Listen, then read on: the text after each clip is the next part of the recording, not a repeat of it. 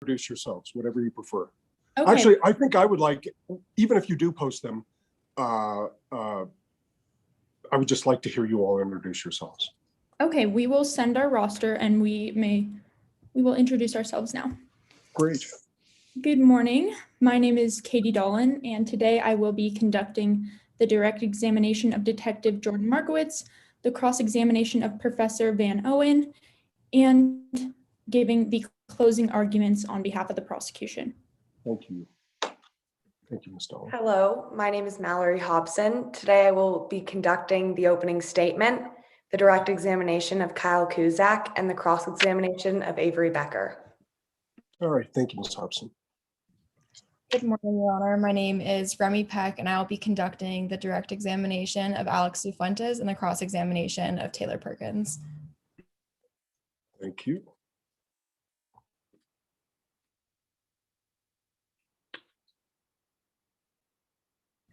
Good morning. My name is Stuart Terry, and I am Detective Jordan Markowitz. Welcome. Good morning. My name is Claire Van Kempen, and I am Kyle Kuzak. Good morning, Your Honor. My name is Emmy Munn, and I am Alex Cifuentes. Good morning. Is that everyone? Excellent, thank you. All right, Team H, please. Hello, Your Honor. My name is Sebastian Solis. I will be directing Taylor Perkins and crossing Kyle Kuzak. Thank you, Mr. Solis.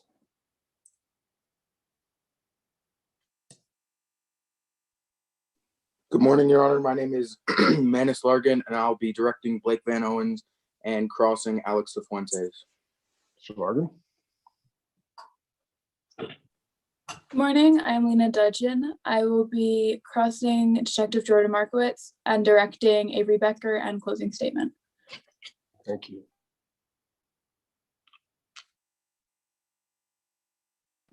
Good morning, Your Honor. My name is Olivia Venden, but I will be playing Taylor Perkins today. Brendan. Good morning. My name is Zach Billings, and I will be Avery Becker today. Welcome. Good morning, Your Honor. My name is Oliver Howe, and I'll be Blake Van Owen. Mr. Howe. All right. All right, so let me ask first, do the any of the panelists have any conflicts?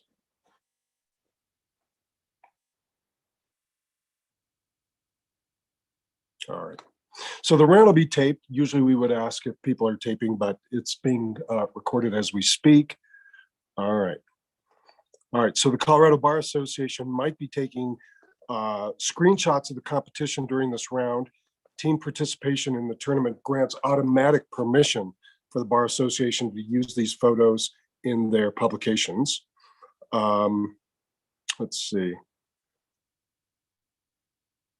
All right, no recesses will be allowed with the exception of those needed for a health emergency, and especially not between the end of one witness and the beginning of another.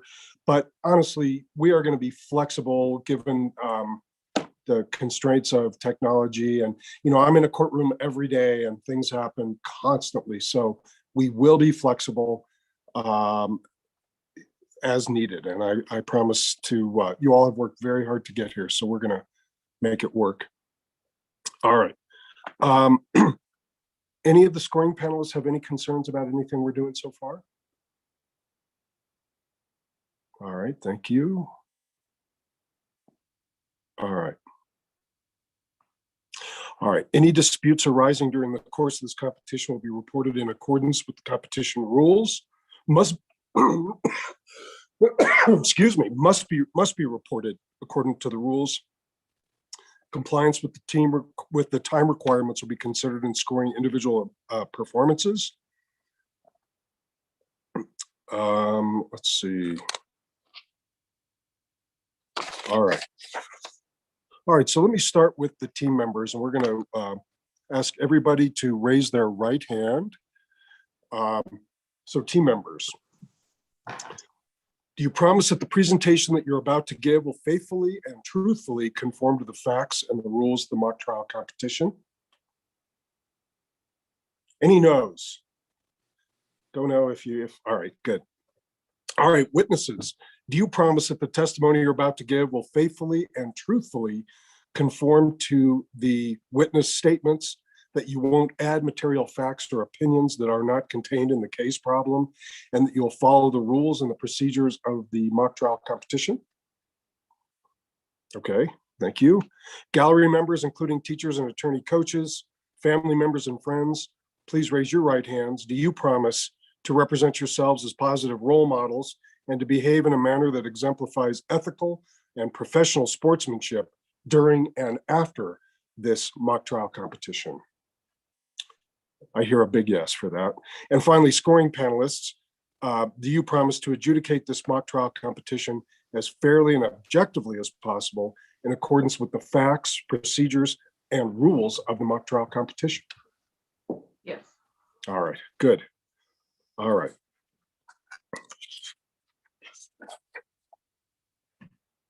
All right, so is there any business that we need to attend to before we get started?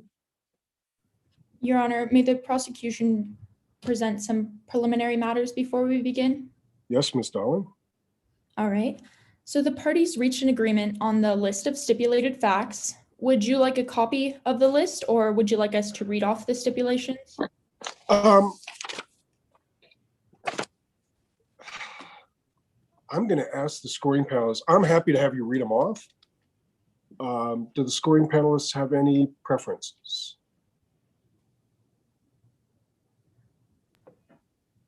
As for me, I have a electronic copy of the case file. So based on what you want, Judge Schwartz, I can either, I've got everything in terms of exhibits. All right, good. And Ms. Perry? Good, same. I printed it out because I'm old school. So just your reference to that from my perspective, I think our perspective will be fine. Okay. Good, thank you. Second, we ask permission for all admitted exhibits from both the prosecution and the defense to be published to the jury. Any objection from the other side? No objections, Your Honor. That is granted. Okay, we ask the court to assume that witnesses have a notebook or binder containing all of the exhibits. And when laying the foundation for an exhibit, we will state that we are showing the witness the exhibit, but will not screen share exhibits until they are admitted. That is granted, of course. Okay. Third, my co-counsel, Ms. Hobson, will be posting all exhibits used in examinations, except in her own examinations, in which case I will post all exhibits. Okay. And then normally in a trial setting, Your Honor, we would stand for objections. However, we understand that in this Zoom setting, the attorney shall remain seated when objecting. Well, that's very kind, and yeah, of course, I'll grant that. Okay. Otherwise, Your Honor, we request to stand during opening statement, closing argument, and direct and cross examinations. You are entitled to stand when you like and sit when you like. I will take no offense if you don't. Okay, Your Honor. I'm a county court judge, so I'm used to people not standing and, in fact, throwing things at me. So, no problem. I have no further preliminary matters. All right, and let's hear from the defense. Mr. Solis.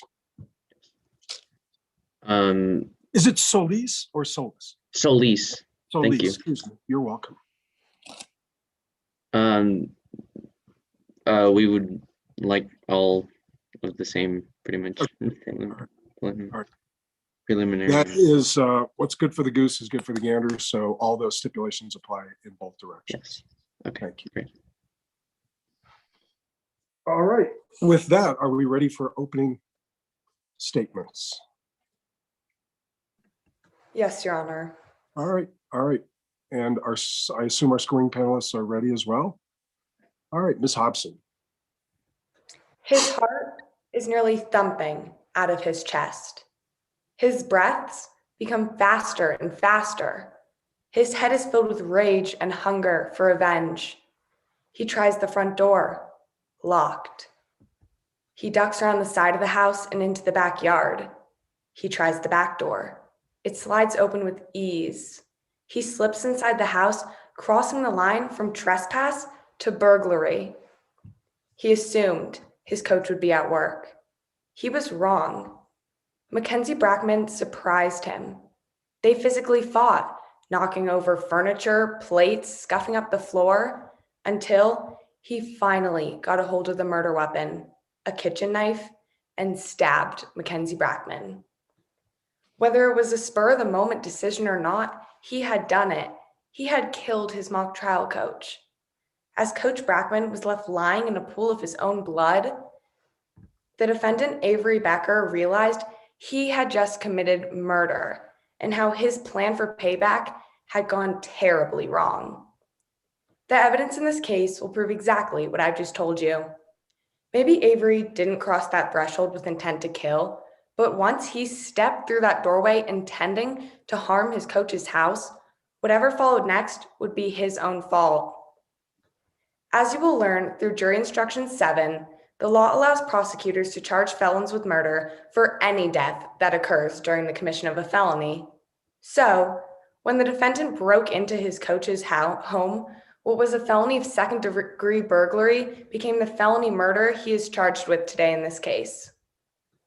This is a case of an arrogant young man, the star of the mock trial team, who was bent on payback for the humiliation he felt Coach Brackman had dealt him. Prior to the day of Mackenzie Brackman's death, the pair were constantly on thin ice. Avery resented Brackman for treating him just like any other mock trial student instead of the star he was. After one particularly heated quarrel in which Coach Brackman called him out in front of everyone for Avery's continual lack of preparedness, Avery decided he had had enough and would get even for the embarrassment Brackman had caused him. So, he vandalized his prized white Porsche, writing Worst Attorney Award across the hood in permanent marker.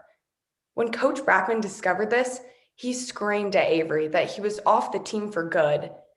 Fuming with rage and embarrassment, Avery formed a plan to get the best payback he could ever imagine, to trash his coach's home. But as the people will prove beyond a reasonable doubt, Avery Becker's plan for payback went terribly wrong. What started as a reckless act of retaliation ended with Mackenzie Brackman's death. Today, you will hear from Detective Jordan Markowitz, a police department investigator who will show you the call data records which tell us that Avery's phone was within the proximity of Coach Brackman's house at the time of the murder.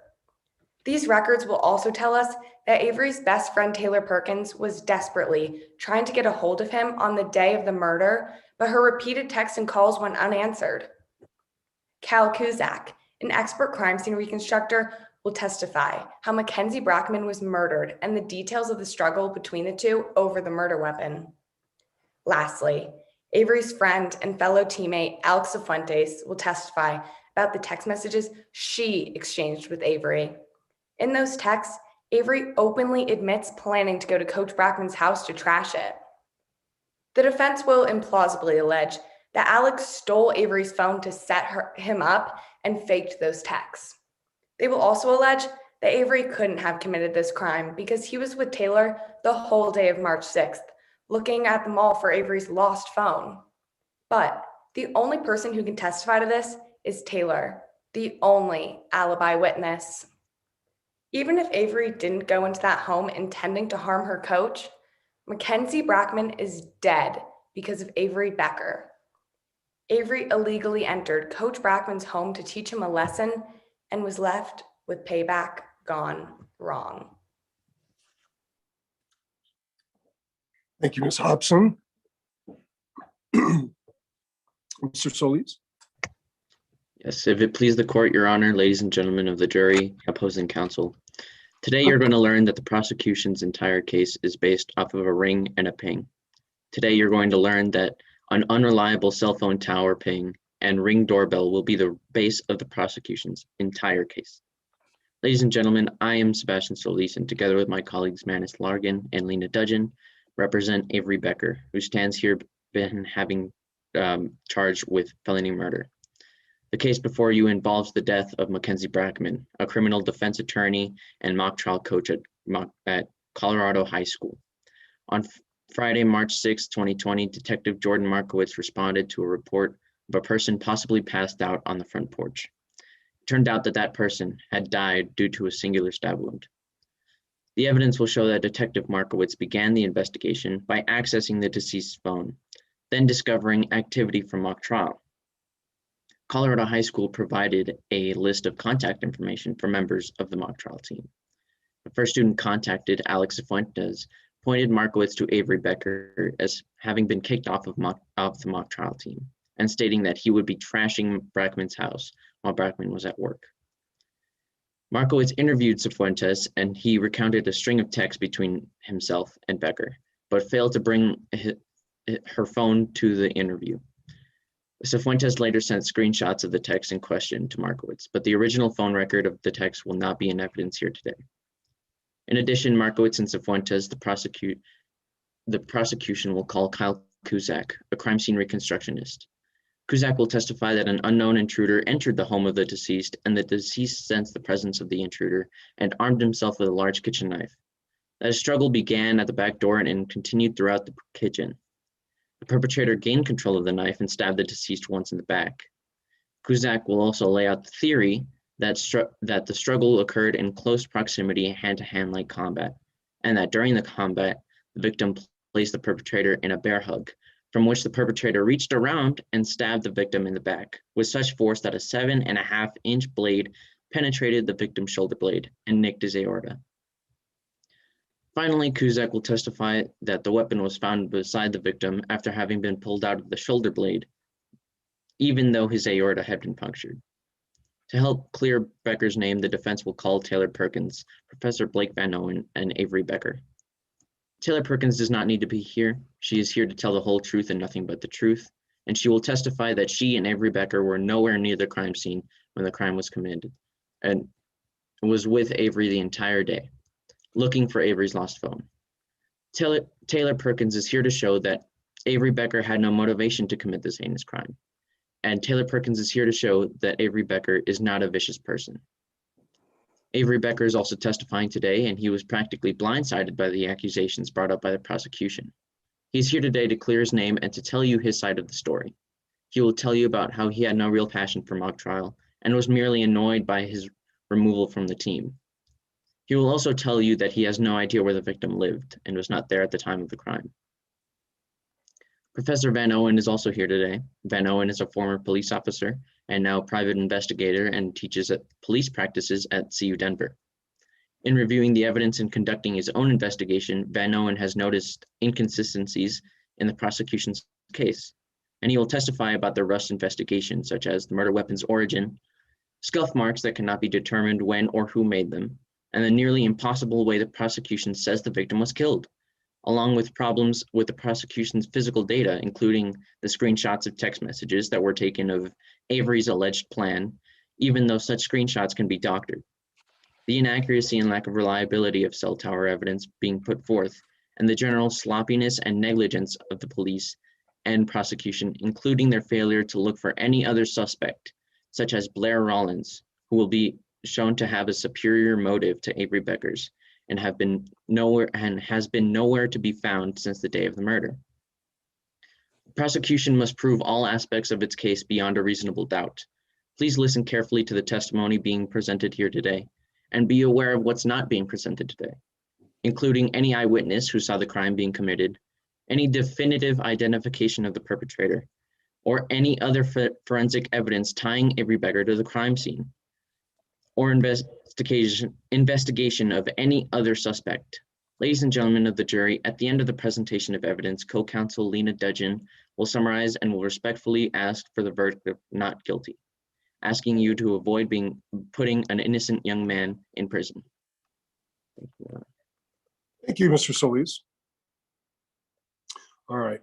The mistake I've already made is not giving our scoring judges enough time between presenters, so we'll give them a moment to get caught up, and then we'll start with our first witness.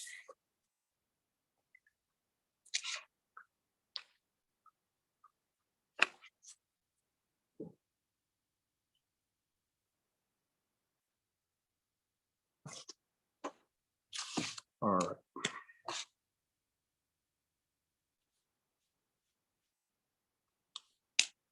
All right. Let's start with our first witness, please. Your Honor, the prosecution would like to call Detective Jordan Markowitz to the stand. Detective.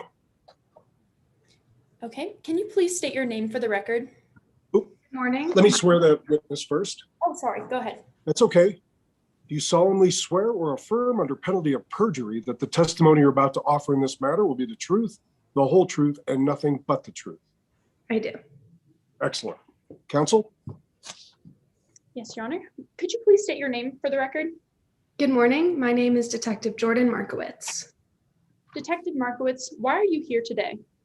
I am here to testify as an expert witness in the investigation of the murder of Mackenzie Brackman. What do you do for a living? I'm a homicide detective with the Denver Police Department. How long have you been working for the Denver Police Department? I've been with the Denver Police Department for roughly 13 years, and I've also been a detective for 7 of those years. As a detective, do you have any specialized training? Yes, I have a cell phone technology and a forensic data recovery certification from the American Academy of Law Enforcement. What did you learn during the training to receive the certification? I learned how to obtain and interpret cell phone data, including cell tower records, and how to use forensic software to download information from a cell phone. Do you use this information to form your expert opinions in court cases? Yes, I have downloaded the contents of hundreds of cell phones. I have also obtained and interpreted cell tower data in over 50 cases. Your Honor, at this time, I move for the admission of Detective Markowitz as an expert in the fields of cell phone technology, forensic data recovery, and police investigation. So cell phone technology, forensic. Data recovery. Okay. And police investigation. Thank you. So does the defense have any objection to the admission of this person as an expert in those 3 areas? Or would No they like, objection, Your Honor. would you like Sorry. more, dear? That's okay. No, thank you. No objections. All right. So the court will admit this witness as an expert in cell phone technology, forensic data recovery, and police investigation generally. Yes, Your Honor. As the lead detective, what were your responsibilities in investigating this case? On Friday, March 6, 2020, a passing motorist saw Mackenzie Brackman's body on the porch. Officers secured the crime scene, and then I responded around 2:20 p.m. Your Honor, let the record reflect that I am sharing a copy of Exhibit 1 with opposing counsel. Permission to show Exhibit 1 to the witness? The record will so reflect, and the request is granted. Detective Markowitz, do you recognize this photograph? Yes, this is the victim, criminal defense lawyer Mackenzie Brackman. How do you know this was Mackenzie Brackman? I saw Brackman's ID. Brackman was a criminal defense attorney. I investigated several homicides that Brackman later defended. Does this picture depict a fair and accurate representation of Brackman's body as you saw him? Yes, it does. Your Honor, at this time, I move for the admission of Exhibit 1. Okay. So I'm wondering if anybody can tell me, let's see, how am I mean, I can refer to it either by page number or is it posted in the chat? I'd rather, does anybody know? Oh, never mind. It's marked as Exhibit 1. So any objection to Exhibit 1? No objection, Your Honor. All right, thank you, Ms. Dudgeon. Exhibit 1 will be admitted. Permission to publish Exhibit 1 to the jury through my co-counsel sharing her screen? Of course, granted. What did you observe when you first arrived at the crime scene? I instantly saw Brackman's body, face down and in a pool of blood. I also saw a large knife on the floor just past Brackman's body. It was obvious that he had been stabbed.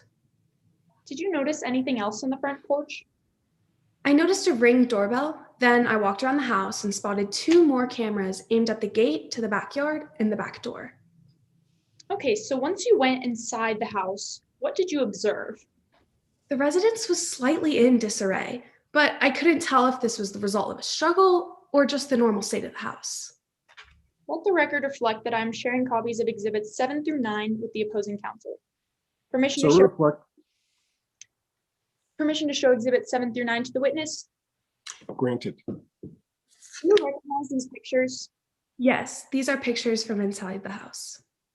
Do the pictures depict a fair and accurate representation of the crime scene as you saw it? Yes. At this time, I move for the admission of exhibits 7 through 9. All right, let's do them each individually, and then we'll start with exhibit 7. Ms. Dudgeon? Any objections? I have no objections. All right. Okay. Now, are you going to ask, Ms. Dollar, are you going to ask all of them at the same time? Should we go through them individually, or do you want to just get them admitted all right now?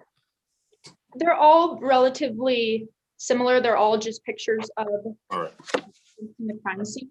So I all right, so 7's admitted. Let's move to 8 and 9 then.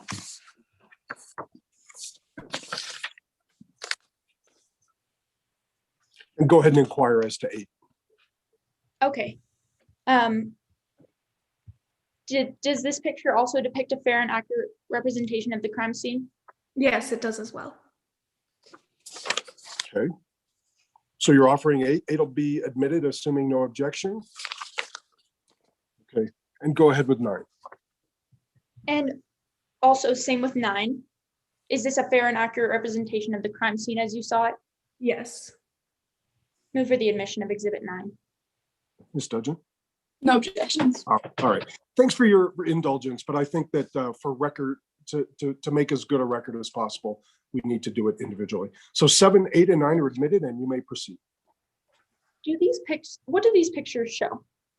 I observed a partially open kitchen drawer, as well as a knife block with a large empty slot, and a broken plate.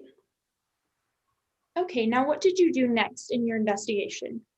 I downloaded the information from Brackman's phone, obtained account data and passwords for his Ring account, and logged into his account. What did you obtain from his Ring account? I obtained 4 videos that captured the intruder. Your Honor, let the record reflect that I am sharing a copy of Exhibit 10 with the opposing counsel. Permission to show Exhibit 10 to the witness? Granted. Do you recognize this exhibit? Yes. And what does it show?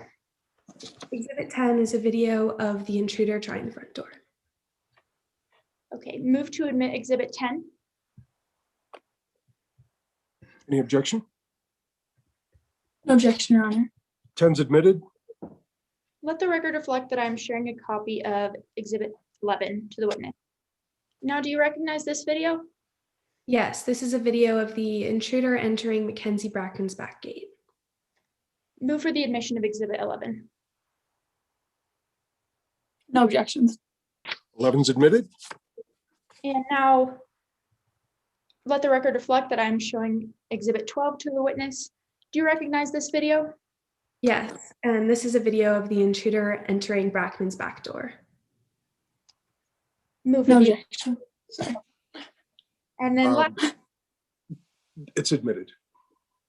thank you, Your Honor. Last, permission to show Exhibit 13 to the witness. Granted. And do you recognize this final video? Yes, this final video is of the intruder running out of Brackman's front door. Move for the admission of Exhibit 13.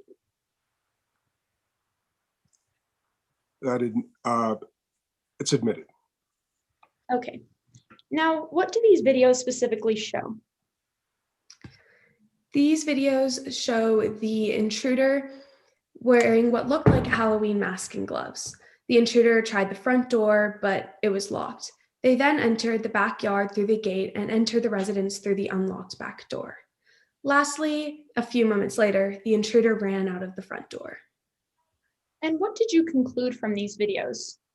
It looked like Brackman had interrupted a random burglary. Did you consider who would have wanted to break into Brackman's house? Well, since he was a criminal defense lawyer, it made sense to me that this could have been an angry ex-client. Even though this may have been an unlikely scenario, I needed to weigh all options and not jump to conclusions. I always follow the evidence and go where it takes me. So what evidence did you turn to at this point? I looked at Brackman's phone and saw tremendous amounts of texts and emails related to something called mock trial. How was Brackman related to mock trial? I found out that Brackman was a high school mock trial coach for Colorado High School. Did it seem likely that Brackman's mock trial activity had anything to do with his death? No, it seemed highly unlikely. But, like I said, good police work requires you to follow the evidence presented. Did you further investigate the mock trial team? I reached out to Colorado High School in order to get contact information on the team. Who did you get in contact with? First, I got in touch with a student named Alex Cifuentes. Alex told me that another student on the team texted her about how he was planning on trashing Brackman's house while he was at work. I then conducted a full interview with Alex and her parents. Who was the student who texted Alex? The defendant, Avery Becker, who, in fact, was a senior who Brackman kicked off A-team because he vandalized Brackman's car. Can you identify the defendant, Avery Becker, in the courtroom? Yes, he has blonde hair and is wearing glasses and a black blazer. Your Honor, let the record reflect that I'm sharing a copy of Exhibit 14 with the opposing counsel. Permission to show Exhibit 14 to the witness? Granted. Do you recognize these pictures? Yes, these are photos of the text exchange between Avery and Alex. And how did you obtain these pictures? Well, when I was interviewing Alex unfortunately forgot her phone. I asked Alex to send me pictures of the text between them. And do these pictures depict a fair and accurate representation of the text messages as you received them from Alex? Yes. Your Honor, at this time, I move for the admission of Exhibit 14. Ms. Dudgeon, any objection or voir dire? Yes, objections, hearsay. May I respond, Your Honor? I'm sorry. I didn't hear the objection, though. I Oh, apologize. sorry, hearsay. Hearsay? Okay, Ms. Dolan? Under the hearsay exception 803, Section 3, this is a statement of the declarant's intent. Okay, so it really goes to state of mind. Ms. Dudgeon, I'll give you a chance to reply. These texts came from screenshots, and we have no proof that they are exactly real, and they are not state of mind due to the fact that they are in fact text messages and like direct quotes, if that makes sense. All right. So Ms. Dolan, at the risk of taking too much time with this, for what purpose are you offering these? Yes, Your Honor, I am offering these exhibits to show the basis for what Markowitz did next in her investigation.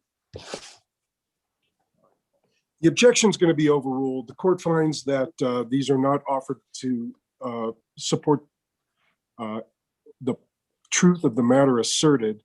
I don't agree with the existing grounds, the grounds that were raised by Ms. Dolan, but it is admissible, so the objection's overruled. Okay, what do these texts show? Avery asks if Alex would be willing to talk to Brackman about having him back on the team. But Alex tells Avery that Brackman is still upset with Avery. Avery then says, quote, "If he's still upset about his car, then he's going to be really upset when he sees what I do to his house." What did you conclude from these text messages? Avery clearly wanted payback on Brackman. Did you interview Avery? I immediately contacted Avery and arranged an interview. However, right before the interview, I got a call from Avery's lawyer who said that Avery would not be appearing for the interview. What did you do now that you couldn't interview Avery? I obtained a search warrant for Avery's cell phone, but Avery's lawyer told me that Avery lost her phone a day before Brackman's death and no longer has it. Did Avery's attorney provide you with any other information? Yes, Avery's attorney did give me Avery's phone number. I got a court order and obtained cell tower records from March 6th. What did the cell tower records show? According to the cell detail records, a CDR, Taylor Perkins, another Colorado high school student, was sending several texts and calls to Avery's phone leading up to the murder. Was Taylor able to get in touch with Avery? No. The phone calls were of such a short duration of time that Taylor was likely calling and texting Avery, but Avery wasn't responding. Let the record reflect that I am sharing a copy of Exhibit 16 with the opposing counsel. Permission to show Exhibit 16 to the witness? Granted. Do you recognize this diagram? Yes, this is the diagram I made that shows the location of the cell towers that Avery's phone communicated with in the time leading up to the homicide. It also shows the most likely route Avery was driving along. Your Honor, at this time, I move for the admission of Exhibit 16. Dudgeon, any objection to 16? Sorry, again, objection, hearsay. All right. What about the hearsay objection? Me? Yeah, Ms. Dahl. Okay. Under Rule 803.6, this is a regularly conducted business record. I'm going to sustain the objection on that ground, and I'll give you an opportunity because you haven't laid a foundation to show that it's regularly conducted. So I'm going to sustain the objection, but I'm going to give you an opportunity to lay that foundation. Your Honor, I could instead show Exhibit 15 to the witness. Okay. You might still need to lay a foundation, but go ahead, whatever you want to do. Let the record reflect that I'm showing a copy of Exhibit 15 with the witness. Okay. Do you recognize this diagram? Yes, this is also a diagram that I made that shows the location of the cell towers that Avery's phone communicated with in the time leading up to the homicide. Okay. Your Honor, at this time, I move for the admission of Exhibit 15. All right. Same objection, Ms. Dudgeon? It's okay, I'll sustain it. Oh, sorry, yeah. So it's, Move on. I'll admit it, it is not, I find that it is not hearsay and that that an adequate foundation has been laid. Okay. So is the Exhibit 15 admitted? It is, both 15 is. Yes. Okay, what specifically did you show in the diagram? Avery received a text at 12:47 from Taylor through the cell tower that covers Avery's house. Taylor sent another text at 12:55. The location would be consistent with Avery driving on the way to Brackman's house. Were there more communications after 12:55? Taylor called Avery at 1:05 and 1:06 and sent a text message at 1:17, all from the cell tower by Brackman's house. All activity on Avery's phone stopped after 1:20. Do you think all activity, or why do you think all activity stopped on Avery's phone? I conclude Avery's phone was turned off completely after the murder and likely destroyed and disposed of. Based on your expert opinion, what do you conclude the CDR data indicates? Avery Becker was at Brackman's house during the time of the murder. Avery broke into his house with the intent to break in and vandalize his house in retaliation for getting kicked off of the mock trial team. Do you believe Avery actually set out to kill Brackman? I don't believe Avery set out to kill Brackman. It was the middle of a weekday, so it would have made sense that Brackman would be at work. But Brackman was home. What do you conclude happened when Avery was attempting to break into Brackman's house? Brackman would have known there was an intruder through the Ring videos and quickly armed himself with a knife. However, Avery somehow got the knife and fatally stabbed Brackman. It was a burglary gone wrong. Thank you. No further questions, Your Honor. Thank you. All right, we'll give our scoring judges just a moment, and then we'll have cross-examination by Ms. Dudgeon.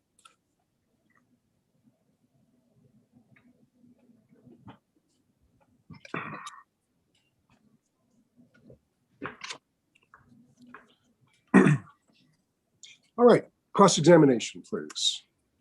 May I proceed? You may. Good evening, Detective good morning, sorry, Detective Markowitz. I am Lena Dudgeon, and I'll be asking you a few questions about the event that brought us to court today. Okay. So you admitted that when you walked in, you saw Mackenzie Brackman face down in his hallway with a knife next to the body? Yes, he was laying in a pool of blood. And you assumed that that knife had come from a knife block? Yes. Although the knives did not match? There was a large empty slot in the knife block. The knives did not, that knife, specific knife that had been used to stab Mackenzie Brackman did not match the knives in the knife block though, correct? No, it didn't, but there was a large empty slot. There was a what? Large empty slot in the knife block. You still assumed that it had come from the knife block, although there was, like you mentioned, a half open drawer. Knife drawer. There was. So would you say that you made an assumption as to where that knife had come from? Based off the evidence, I did conclude that the knife came from the knife block. Did you do any other further research into where that knife could have come from? Just say the suspect's household? Objection, relevance under 401. Ms. Dudgeon? Detective Marquez did not do any other research into where this knife had come from. The knife, just say of another suspect's house, not Mr. Becker, there could have been a set of knives that matched that specific knife. The objection's overruled. I do find, given the breadth of relevance, that this is relevant. So the objection's overruled. Go ahead, Ms. Dudgeon. May I please? Thank you. Sorry. So you didn't look into just say Mr. Becker's household?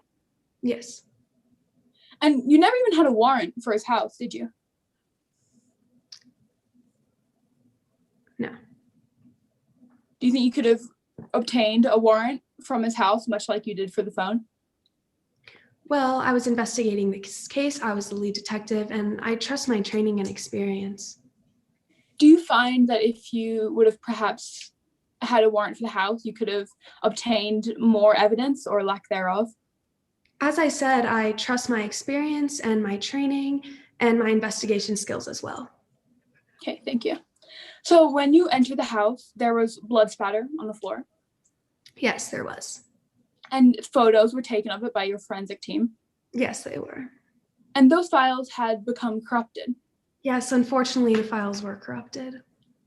So you guys didn't take any steps to back up the files? The photos were unfortunately corrupted, but we did witness the blood splatter. But no. So yes, you did not back up. Sorry. So yes, you did not back up the files? We did not. So today in court, the jury cannot view those photos? Well, I personally am not an expert. Good. Ms. Dolan, objection? Sorry, I lost my train of thought. I guess relevance because the blood splatter cannot show who killed Brackman. They were simply just corrupt photos. Ms. Dudgeon? I know what you're saying, but the way that blood spatter, when you get stabbed, it shows how hurt people, like how Brackman was stabbed, if that makes sense. The way that the direction that it goes and where it like will hit the room, like Marquez said in his statement, it was on the roof and on the wall, so that shows how he was stabbed. All right. The absence of evidence is as relevant as the existence of evidence. So I'm going to find for 401 purposes that this is relevant and overrule the objection. Thank you, Your Honor. So today in court, we are just taking your word that those photos had in fact existed and the blood spatter was there? Yes, but I personally am not an expert in blood splatter, but yes. Okay, thank you. So you obtained videos from Brackman's ring security? Yes, I did. May my co-counsel pull up Exhibit 13, which I believe has already been admitted? Yes. Thank you.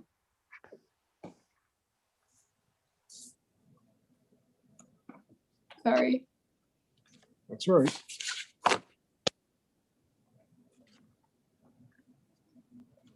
Thank you, Annis.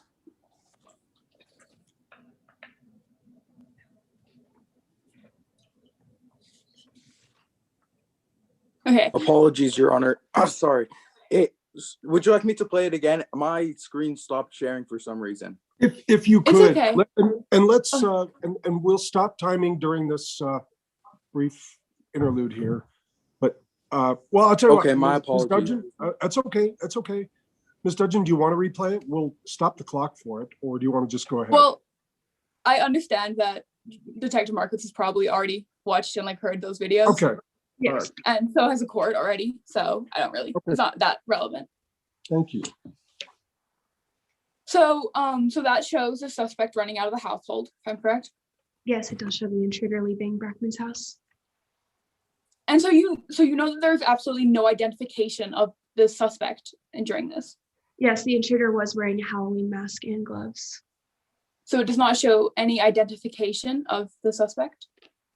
It doesn't show identification of the suspect, but based off the other evidence I collected, I concluded that the suspect was Avery Becker. So other than having a similar shape and size, this does not show any identification, just these videos? This exact video doesn't, but with my other evidence, I did conclude it was Avery Becker.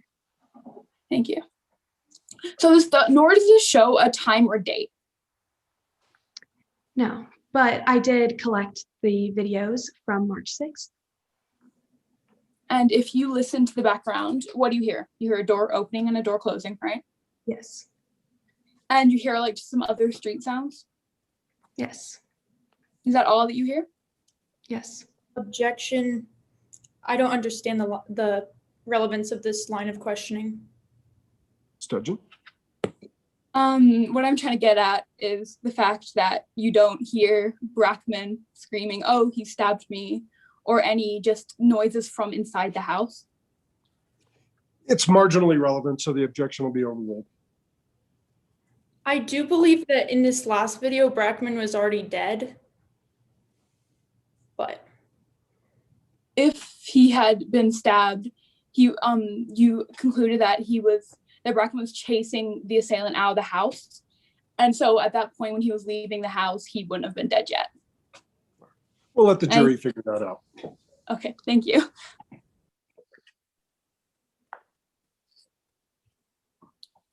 So you had initially said, once you had found out that Brackman was a mock trial team, that this probably had nothing to do with his death. With his death. Yes, but good police work requires you to follow the evidence presented, which I did. Thank you. So, and then you came to the conclusion that this was Avery Becker due to his student, Alex Fuentes? Based off sufficient facts and data, I came to this conclusion. So is part of the reason that you had come to the conclusion that this was Alex Fuentes due to the screenshots found, so not Alex Fuentes, I'm saying Avery Becker due to the screenshots on Alex's phone? Based off the evidence I collected and my interview with Alex certainly was a help. I did conclude that it was Avery Becker who murdered Mackenzie Brackman. Is that a yes or a no? I'm sorry. It's a yes, but based off my other evidence as well. Thank you. It's definitely a help. Thank you. But Thank you. So you received this evidence through screenshots, correct? Sadly, or unfortunately, Alex forgot her phone, but I do trust these. These are screenshots and photos of the text exchange between Avery and Alex. I'm sorry, but for the sake of time, can you just limit your answer to yes or no, unless like further explanation is needed? Yes. Thank you. So you never physically had the phone of Alex Fuentes? Unfortunately, I wasn't able to obtain the phone, but I do have the photos of the text. And so you cannot completely prove today that those texts are in fact real? I believe they are real. I trust my training, I trust my evidence, I trust my background, and they are real. But you cannot prove today in court that those texts are real? It is my expert opinion that these texts are real. So I'm sorry, is that a yes or no? It's my expert opinion that these texts are real, so yes. But you cannot prove that they are real? No, but it is my expert opinion. Thank you. Okay, may I please pull up Exhibit 15, which I believe has also already been admitted? Yes. May my co-counsel pull that up? Yes, would you like me to pull it up or should we constructively show it? It's already been admitted, so you can just pull it up. We're now what, talking 15? Yeah, 15 is the Okay, cell phone towers. Thank you. Sorry, I should have clarified that. That's all right.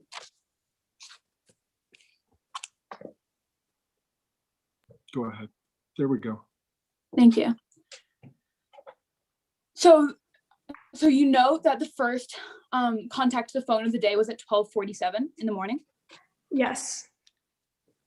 And you understand that that number that was calling and texting Avery Becker was his friend Taylor Perkins? Yes, it was. I found this out. So you never thought to interview Taylor Perkins? Or did you ever interview Taylor Perkins? I did not interview Taylor Perkins, but I do trust my evidence that I collected and my experience. Did you even look at Perkins's phone? I did not, but I based my conclusion based off of sufficient facts and data.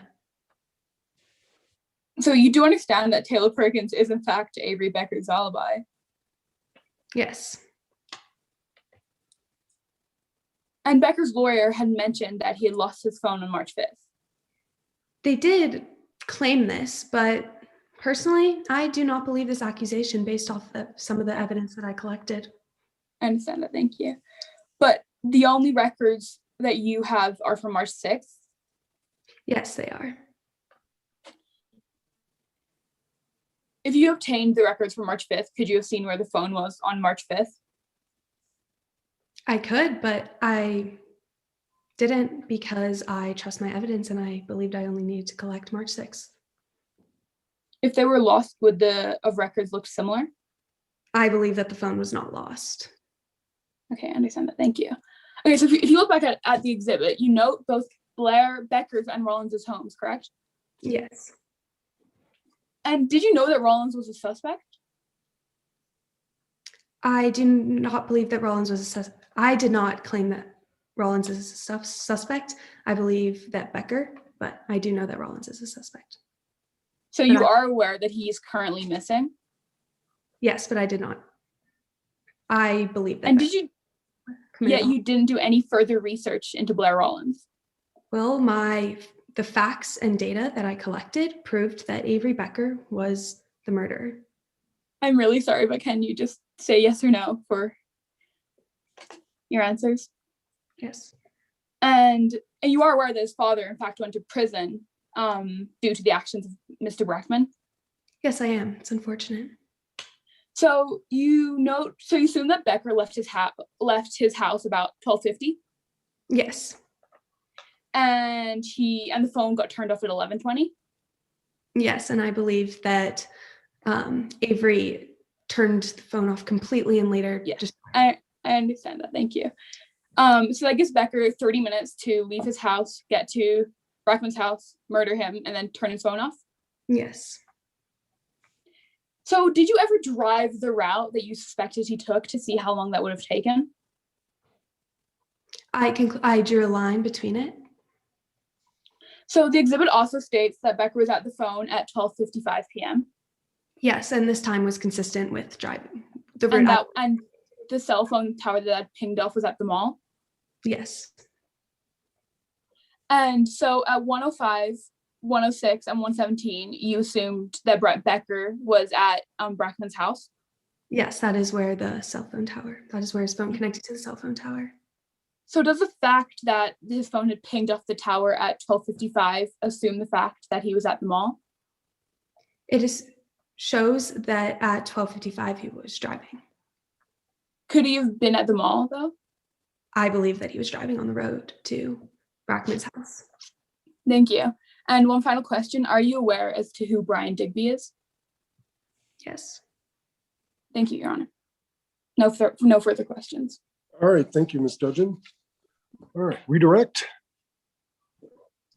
Yes, so based on Oh, wait, I'm sorry. Stop the clock. Let's give our judges a moment. Okay. I forget this constantly. Every year. Sorry.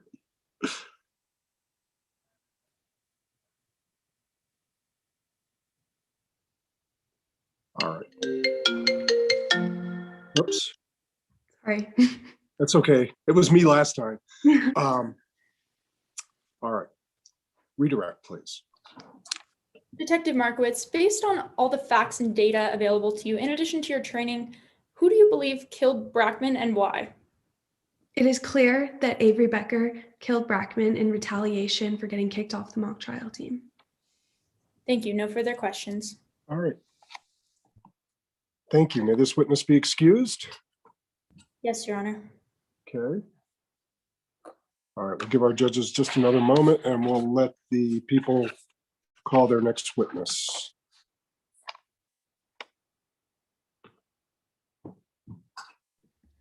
Your Honor, we call Ms. Kyle Kuzak to the stand. Ms. Cusack, please raise your right hand.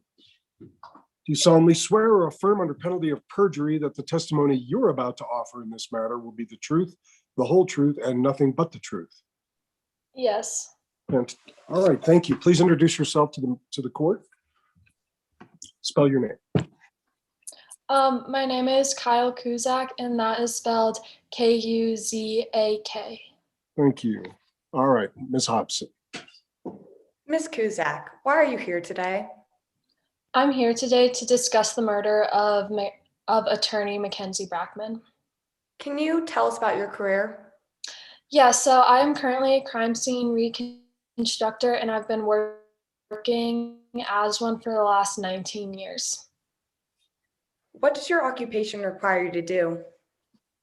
I investigate so many different crime scenes, from homicides to domestic violence and other property crimes.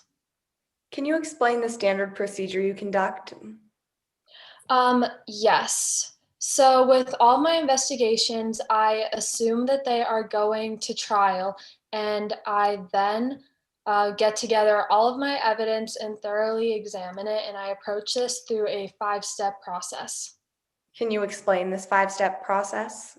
Yes, so first I go through the process of recognition and documentation, then I collect all of my evidence and I evaluate said evidence. I then formulate and test my hypothesis. Then my fifth and final step is I reconstruct the crime scene.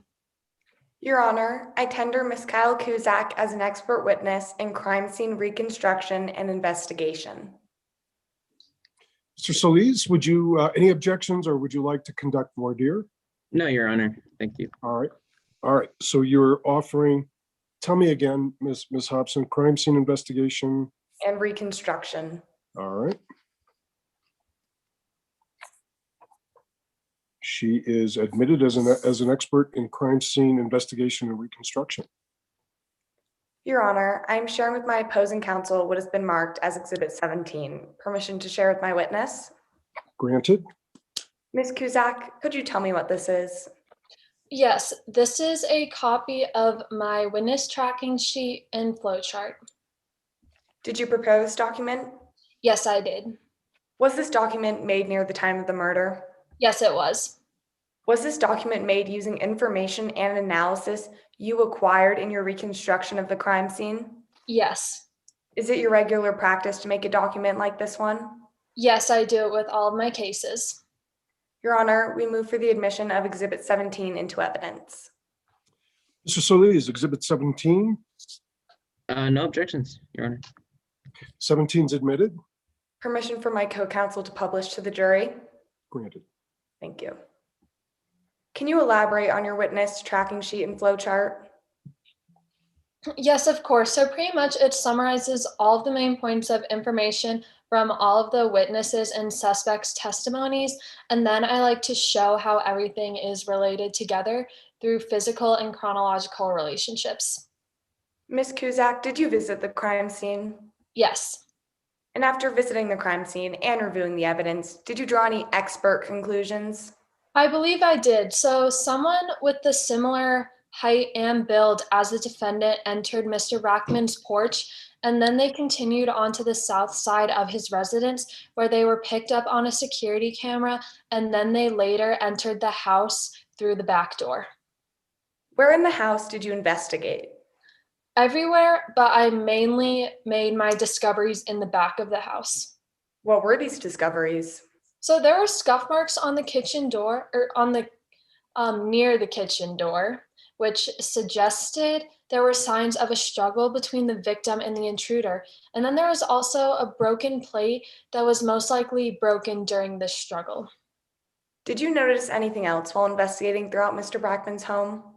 Yes, so the victim was stabbed with a knife that was different than all the other knives in the block. Your Honor, I am sharing with my opposing counsel what has been marked and previously admitted as Exhibits 7 and 8. Ms. Kuzak, are these the photos that helped you draw conclusions around the murder weapon? Yes, they are. What were these differences you previously mentioned? Well, the knife that the victim was stabbed with was from a Chicago cutlery set, whereas the knives in the block were from a J. Henkel set. What expert conclusions did you draw from these? Well, so I believe the victim was looking for a weapon to defend themselves against the intruder, and then they looked in the drawer, but then eventually decided to take the chef's knife out of the block. Now I'd like to talk to you about the autopsy report. Your Honor, I'm sharing with my opposing counsel what has been marked as Exhibit 19. Permission to share with my witness? Granted. Can you tell me what this is? Yes, so this is the official autopsy report of Mackenzie Brackman. Is this the same report you received while conducting your investigation? Yes, it was. Your Honor, I move to admit Exhibit 19 into evidence. Mr. Solis?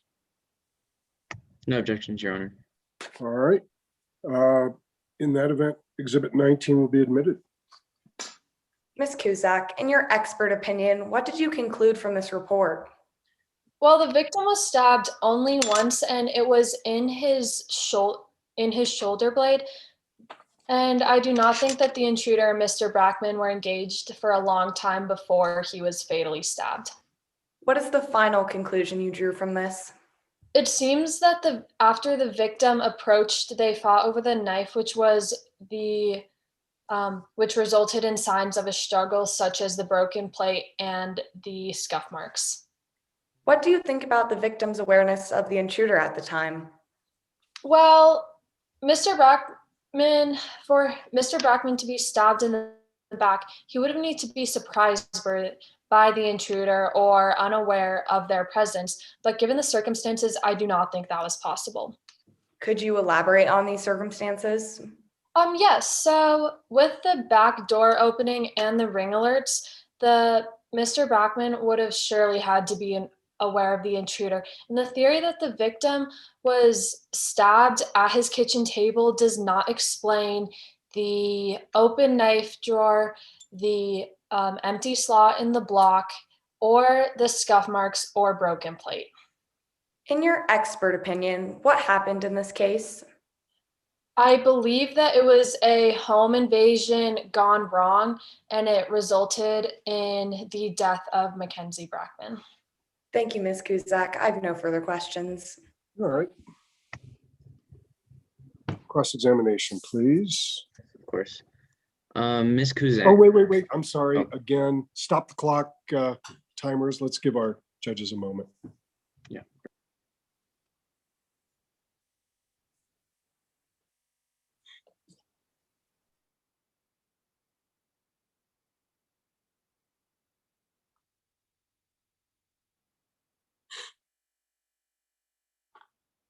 All right. Thank you for that. Mr. Solis. Okay, great. Ms. Kuzak, you are not a detective for the Denver Police Department, correct? No, I'm a CSR. And you are not a police officer of any kind? No, my training and my work is really limited to crime scene reconstruction. That's really all I've been doing for the last 19 years.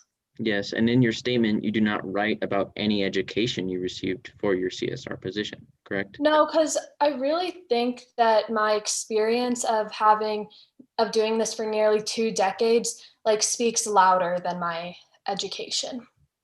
Great. And your investigation was peer reviewed, correct? Yes, it was. But you never say who peer reviewed it? No, I don't, because I don't think that that's the most relevant information.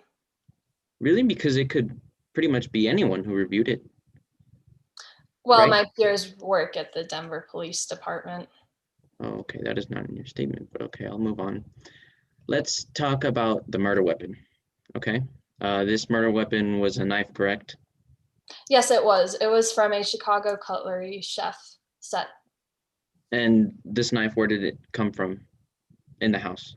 I mean, Oh, from the knife block, from one of the slots. and you came to this conclusion because it was... Oh, because there was an empty slot in the knife block. Ms. Kuzak, you reviewed the photos from the crime scene, correct? Yes, I did. Your Honor, I am showing opposing counsel a picture that has previously been marked as Exhibit 6, 7, and 8. I believe that these have been admitted. Exhibit 16, is that what you said? 6, 7, and 8. 6, 7, and 8 were admitted, yes. Yes, we're admitted. May I have permission to show the You may. jury and the witness? You can pull that up. Your Honor, Exhibit 6 was not admitted into Oh, evidence. okay. Oh, it was not? Oh, I am It looks sorry. like set was 7, 8, 9, and beyond. So Oh, let's okay, I am sorry. go back and lay a foundation as to 6 if you wish, or but you cannot publish it yet. Yes, can we take that? So let's remove 6 from the screen. Can we remove 6 from the screen? And the court will direct the jurors to disregard exhibit 6 for the moment, at least. Yes. I'm sorry. Permission to enter exhibit 6 into. Well, let's let you lay a foundation for exhibit 6 by asking questions of the witness. Okay. Ms. Kuzak, you reviewed exhibit 6, correct? Yes, I did.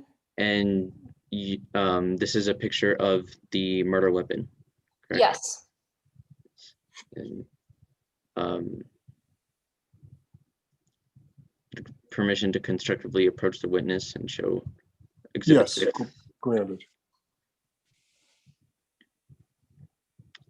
Ms. Kuzak, this is a picture of the knife, right?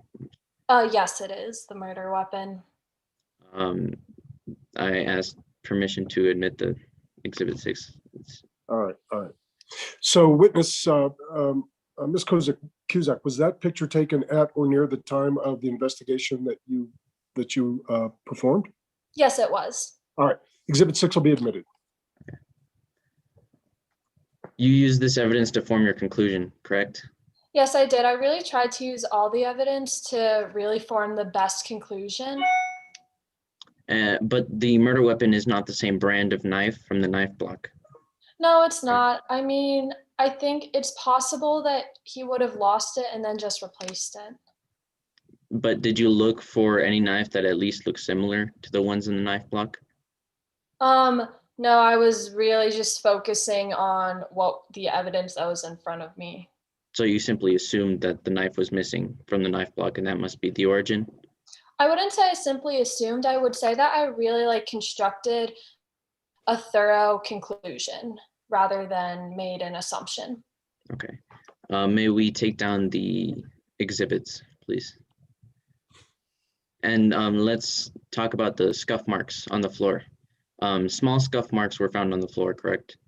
Yes, they were. And these were signs of a struggle between the victim and the intruder. And these scuff marks were located near the back door? Yes, they were. That was near where the intruder entered his home.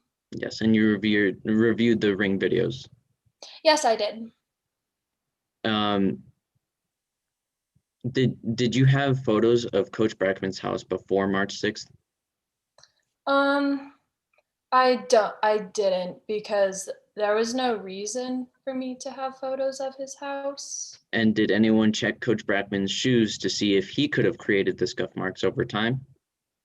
I do not remember that. I apologize. So you have no evidence to suggest that these scuff marks were created the day of March 6th? No, but we can draw conclusions based on the evidence, and with the evidence and with the intruder, we can suggest that they were made from a struggle. And Ms. Kuzak, I would like now to talk to you about the evidence that you prepared for trial today. I am aware that Exhibit 17 has been admitted, so I ask permission to show that to the jury and the witness. Ready?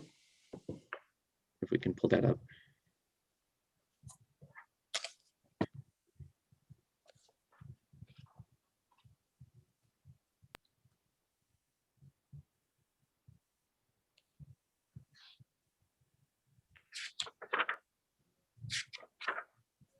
Excuse me, Your Honor. It stopped sharing unexpectedly. Would you like me to try again? Please do, and we'll add. Sorry about that. That's okay. We'll add a little bit of time. We'll add 30 seconds.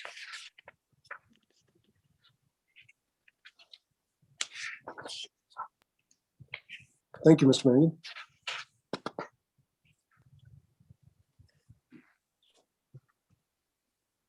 Your Honor, it's still not sharing. I don't know what you would like me to do. That's okay, Mr. Logan. I really appreciate it. We'll just constructively do it. The jurors will have a copy, and it's all good. So thanks. Apologies. Thank you. That's all right. No problem. Okay.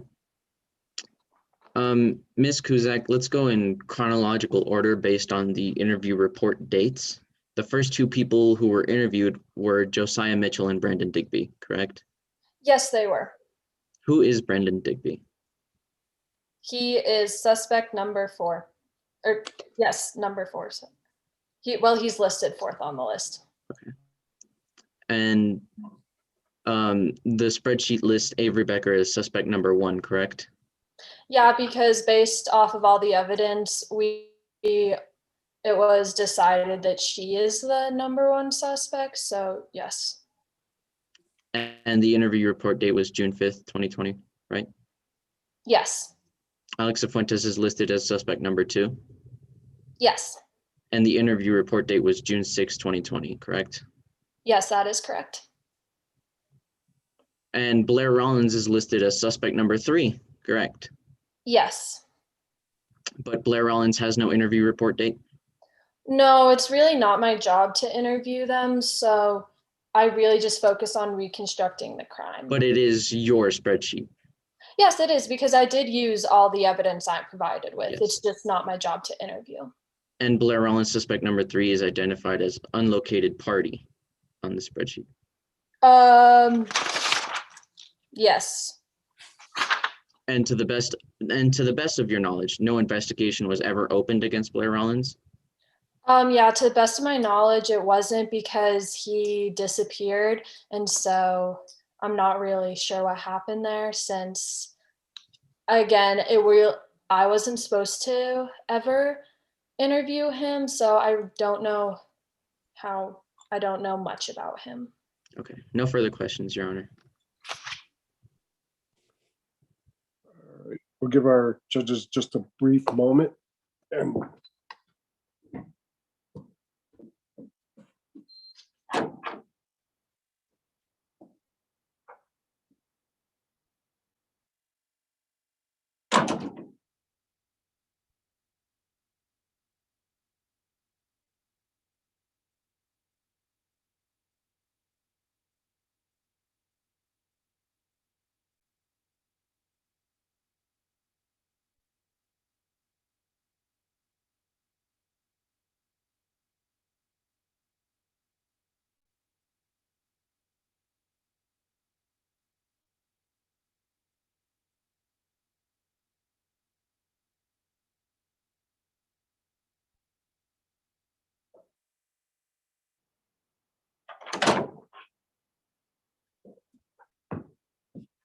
okay.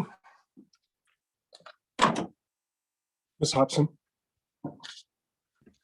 Your Honor, permission for a brief redirect? Yes. Okay. Ms. Kuzak, is it your job to interview suspects? No, I only reconstruct the crime scene and evaluate evidence. Thank you. No further questions. Thank you. All right. Thank you for your testimony. Next witness, please.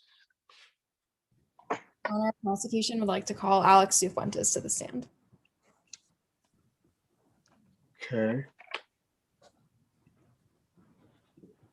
All right. Fuentes, do you solemnly swear or affirm under penalty of perjury that the testimony you are about to offer in this matter will be the truth, the whole truth, and nothing but the truth? I do. Good. Introduce yourself to the jurors, and then Ms. Peck can start. My name is Alex Fuentes, spelled Sifuentes. Thank you. Ms. Peck.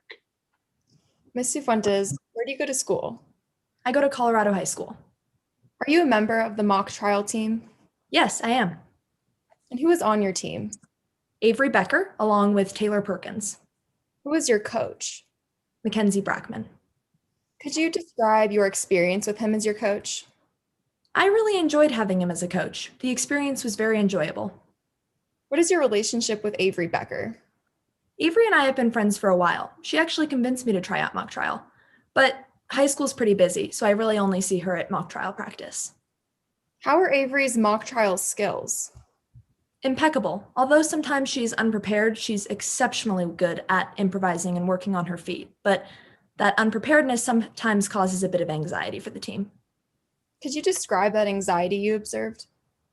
From my observations, our other teammates really saw mock trial as a team effort. So by Avery not being prepared, she didn't really contribute to that team effort. Did you and Avery have any conflict? I mean, a little, but nothing significant. I sometimes was a little frustrating that Avery wasn't prepared, but like I said, we got over it. Did you observe any conflict between Avery and Brackman? Yes, they argued quite often, actually. Avery enjoyed improvising, whereas Brackman enjoyed being prepared. Was there a specific point when things were especially bad between Avery and Mr. Brackman? Yes, one practice when Avery was late yet again, it upset Coach Brackman, and he got very upset and ended up demoting Avery to B team. But then Taylor also quit the team, and it forced Mr. Brackman to let Avery back on the team, and it was a whole mess. Do any other instances of conflict between Brackman and Avery stand out to you? Yes, after we went to regionals where Avery did very well, the tension was very high between the two of them. What do you mean by tension? They got into a full-blown argument. Avery was very upset, and the night actually ended with Avery vandalizing Brackman's car. Did Avery make an effort to get back on the team this time? Yes, after she was permanently kicked off the team, she was off for good, and she actually texted me. So you and Avery texted back and forth that day? Yes. What did you learn from these text messages? I basically learned that she was planning on breaking into Brackman's house while he was gone. I was astonished. Are these fair and accurate text messages between you and Avery Becker? Yes, they are. So are these screenshots from your phone or are they printouts? They're screenshots from my phone that the detective printed out. Why didn't you just show them your phone? Well, I absentmindedly left my phone on the charger during my rush down to the police station, so the detective said that screenshots were just fine.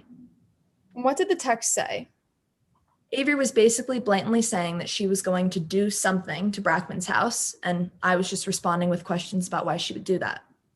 And look where we are now. Had anyone else seen these screenshots? I believe some investigators saw them because they came to my house, and that's when I started being accused of faking the text messages that I was sending to Avery, which is absolutely ridiculous. On top of that, I was being accused of stealing Avery's phone and giving it to some kid named Blair Rollins. I barely know Blair Rollins. Are you still friends with Avery? You know, it's sad because we used to be friends, but due to these circumstances, it's made it really difficult. But based on what she said to me and based on what she did to the car, she killed him. Thank you, Ms. Cifuentes. No further questions. Mr. Largan. Oh, wait, let's let our judges take some notes.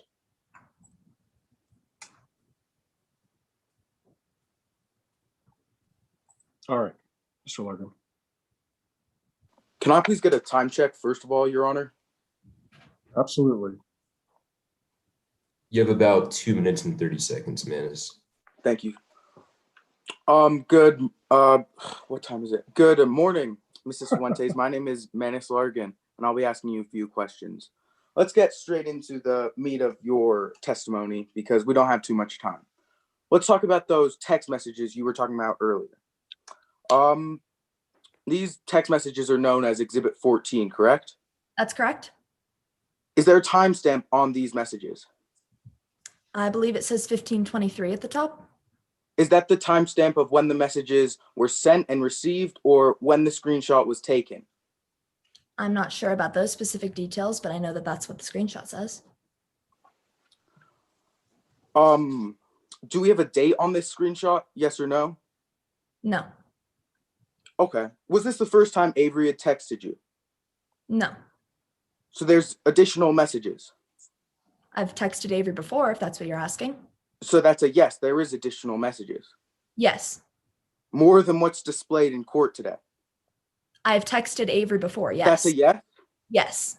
Action, lack of foundation. Overruled. So you only felt to give this one conversation? My other text wouldn't be relevant to this case. Is that for you to decide or the detectives to decide? I suppose the detectives. Let's talk about that night at Fry Shack.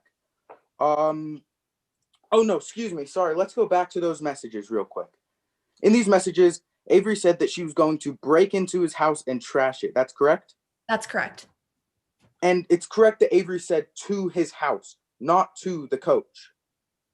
She did say to his house, yes. So that's a yes. Yes.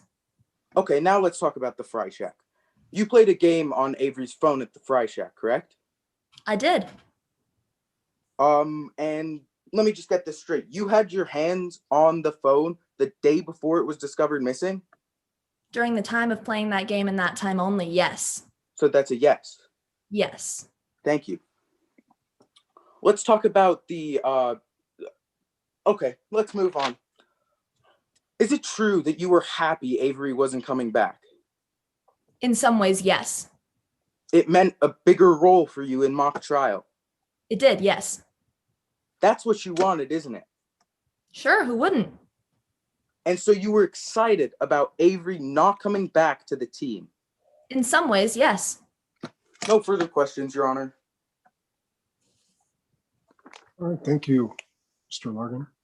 Ms. Peck, time for our judges, and then we'll allow redirect.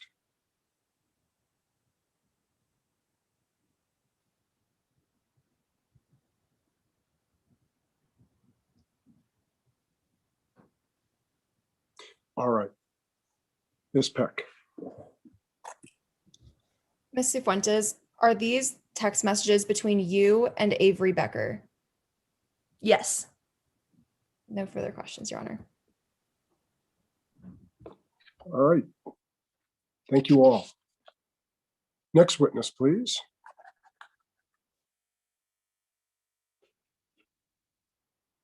The prosecution rests, Your Honor. All right. All right, thank you. So frankly, I don't know. Do we do halftime motions? Have you done motions between the prosecution's case and the defense case in your prior rounds? No, Your Honor. All right. In which case, we'll let the defense present their first witness.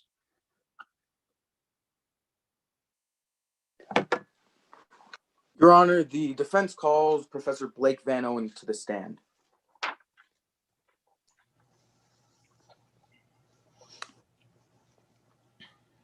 One moment, please. All right, hang on just a moment. Let's hold off on the clock.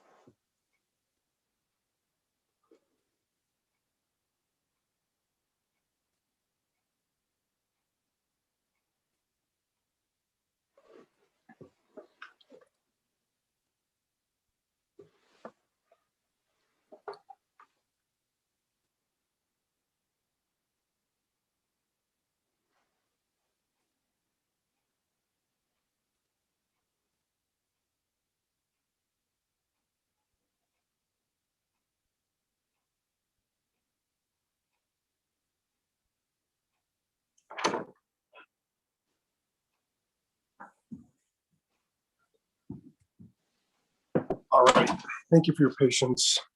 Mr. Largan.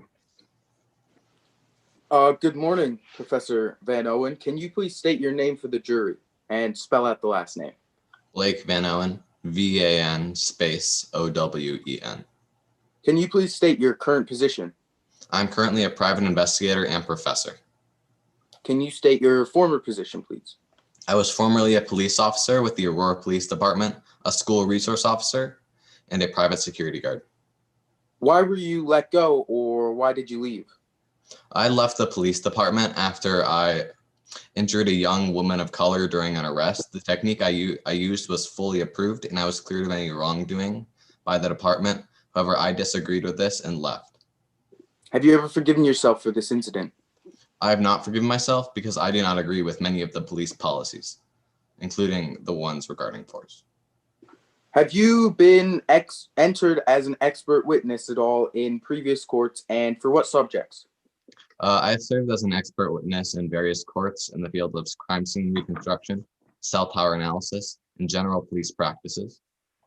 Where have you been accepted as an expert witness?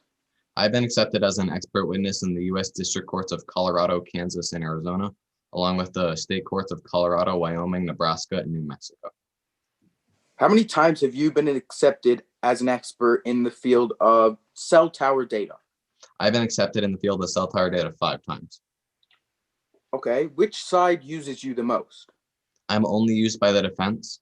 The prosecution predictively almost exclusively uses the law enforcement personnel as their experts, as they are provided to them free of charge. Are you getting paid for this testimony? I'm getting paid $225 per hour for my research and investigation for a case, and I'm paid $450 for my testimony and deposition for the case.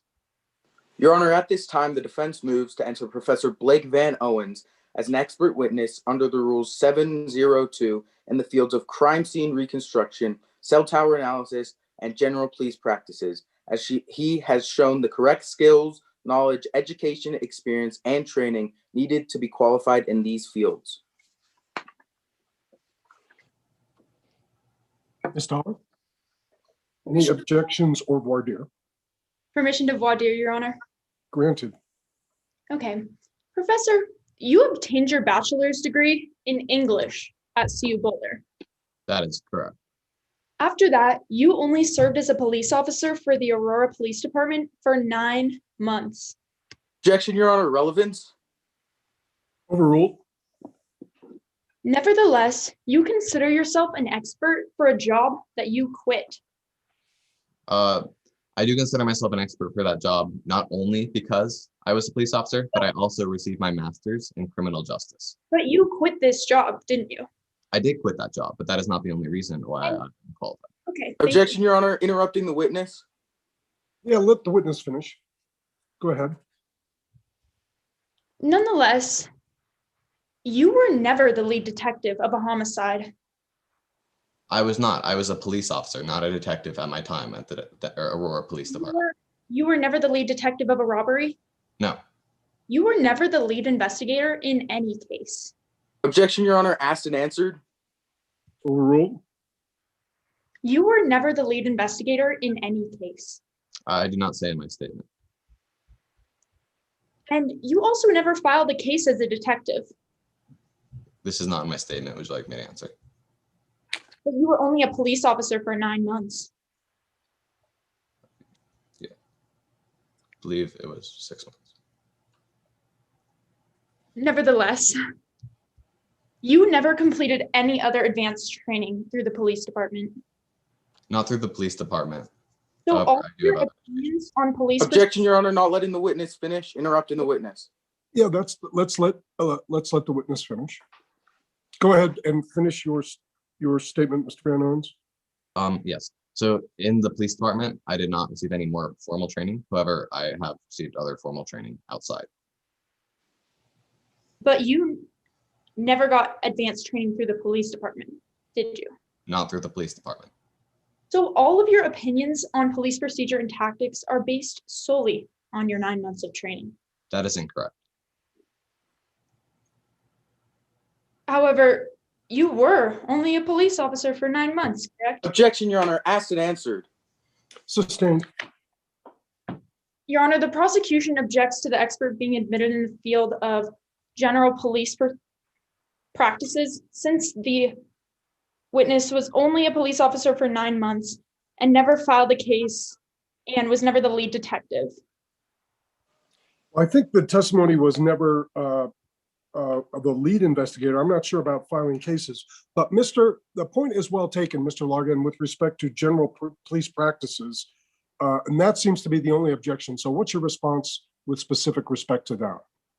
Your Honor, being a police officer for 6 months is more than being a police officer for 0 months or no time at all. It's ridiculous that you need to have filed a case to become a police officer. That's not a valid experience. But the objection isn't the ability to be a police officer. It is whether or not 6 months suffices to make you an expert. So speak to that very briefly, and then we'll move on. Well, that's all to our own. Every police officer, 6 months, it depends how Professor Blake Van Owens' work ethic is. He could have learned lots and become an expert in the 3 months he was there. It's just, you can't really tell. Your Honor. All right. The witness will be deemed to be an expert in crime scene reconstruction, cell phone tower data analysis. And with respect to the last thing, the objection is well taken, Ms. Dolan, but from my perspective, there is sufficient grounds under Daubert in those cases. Not only can one be deemed to be an expert by virtue of education, but under that whole line of cases, also by experience. So I'm going to let this person be deemed an expert and let the jury decide the level and scope of expertise. So the objection is respectfully overruled, and this witness will be deemed to be an expert in all three areas. Thank you, Your Honor. Regarding this case, Professor Van Owens, what do you see? Regarding this case I just see general police incompetence. I see them missing key pieces of evidence. I see them taking evidence that should not be treated as definitive fact as key pieces of evidence. What do you think of Ms. Kuzak's work on this case? I think that Ms. Kuzak's work on this case is like the rest of the investigation, just generally incompetent and flawed. Can you tell us why you think it was flawed? Yes, so Kuzak's theory is that Mr. Backman was aware of the intruder approaching the home and arming himself with a knife from the knife block in his kitchen. This theory has minimal evidence and is almost solely based on assumptions. Okay, let's dive more into the crime scene. Can you tell us more about the knife? Yes, so the knife that Mr. Kuzak opined was from the knife block does not fit into the set and style or dimensions of the knife block. Kuzak's assumptions like this are the foundation of the prosecution's case, and it does not really make sense at all. So, okay, let's talk about the scuff marks on the scene. What's your opinion on those? The scuff marks that Mr. Kuzak or Mrs. Kuzak, excuse me, states indicates a struggle does not indicate a struggle at all, because you cannot tell when scuff marks were created through carbon dating. So we do not know when these scuff marks were created. They could have been created a year before, 2 years, 3 years, a month. We don't know. Let's talk about the Ring video. Did the victim have a Ring security system at their home? Yes. Can you please explain what a Ring security system is for those who might not know? A Ring security system is a series of cameras around the home that records motion or rings. What did the Ring video show in this particular case? The Ring video showed at the victim's home, showed the intruder approaching the home, attempting to enter through the front door. They couldn't, so they went around back and entered through the back door. How does Ms. Kuzak use the Ring security system in their case? Ms. Kuzak believes that the Ring security system alerted the victim of the presence of the intruder and bases her entire case on this. Does this assumption make sense? This assumption does not make sense. First, no notifications for the motion can be turned off on the phone, and neither Mrs. Kuzak or Detective Markowitz bothered to check if the victim had the notifications on when they could have easily done it because they had the user, or they could have obtained the user account records. Is there anything else the Ring video points out? Yes. So again, in Mrs. Kuzak's theory, in Mrs. Kuzak's theory, Ms. Kuzak opines that the victim was stabbed while the perpetrator and the victim were in a bear hug. However, this is not just not supported by the physical evidence, it is actually contradicted by the physical evidence. Because in order to stab someone like that, you would have had to be much bigger than the victim, and this is not shown in the Ring video. Do you know Detective Markowitz's theory? Yes. What is it? Detective Markowitz believes that Avery Becker was mad that he got kicked off the Colorado high school mock trial team. So he went to go trash Mr. Beckman's house, and at the house, and Mr. Beckman was at the house, and when they saw the intruder approaching, they armed themselves, and then Mr. Beckman ended up dead. What is Detective Markowitz's evidence for this? The central piece of evidence in Markowitz's theory is the screenshots of text that Alex Fuentes alleges were sent by Mr. Becker. What's your opinion on those screenshots of the messages?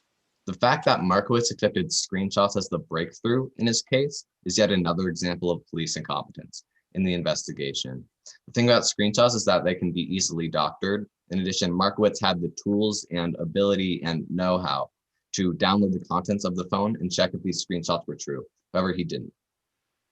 Okay, let's move on to the cell tower data collected by Detective Markowitz. What cell tower data did Detective Markowitz collect in her investigation? Something that I would like to point out about the cell tower data is that the data he did not collect. He did not collect Taylor Perkins' cell phone data, even though Taylor Perkins states that Avery Becker was with them the entire day, and this is confirmed by both Taylor and Avery's statements. In addition, he did not collect Mr. Becker's cell phone records for the day before, and this could have been easily obtained and could have confirmed or denied parts of his theory. What would you have done differently if you were in the detective's shoes?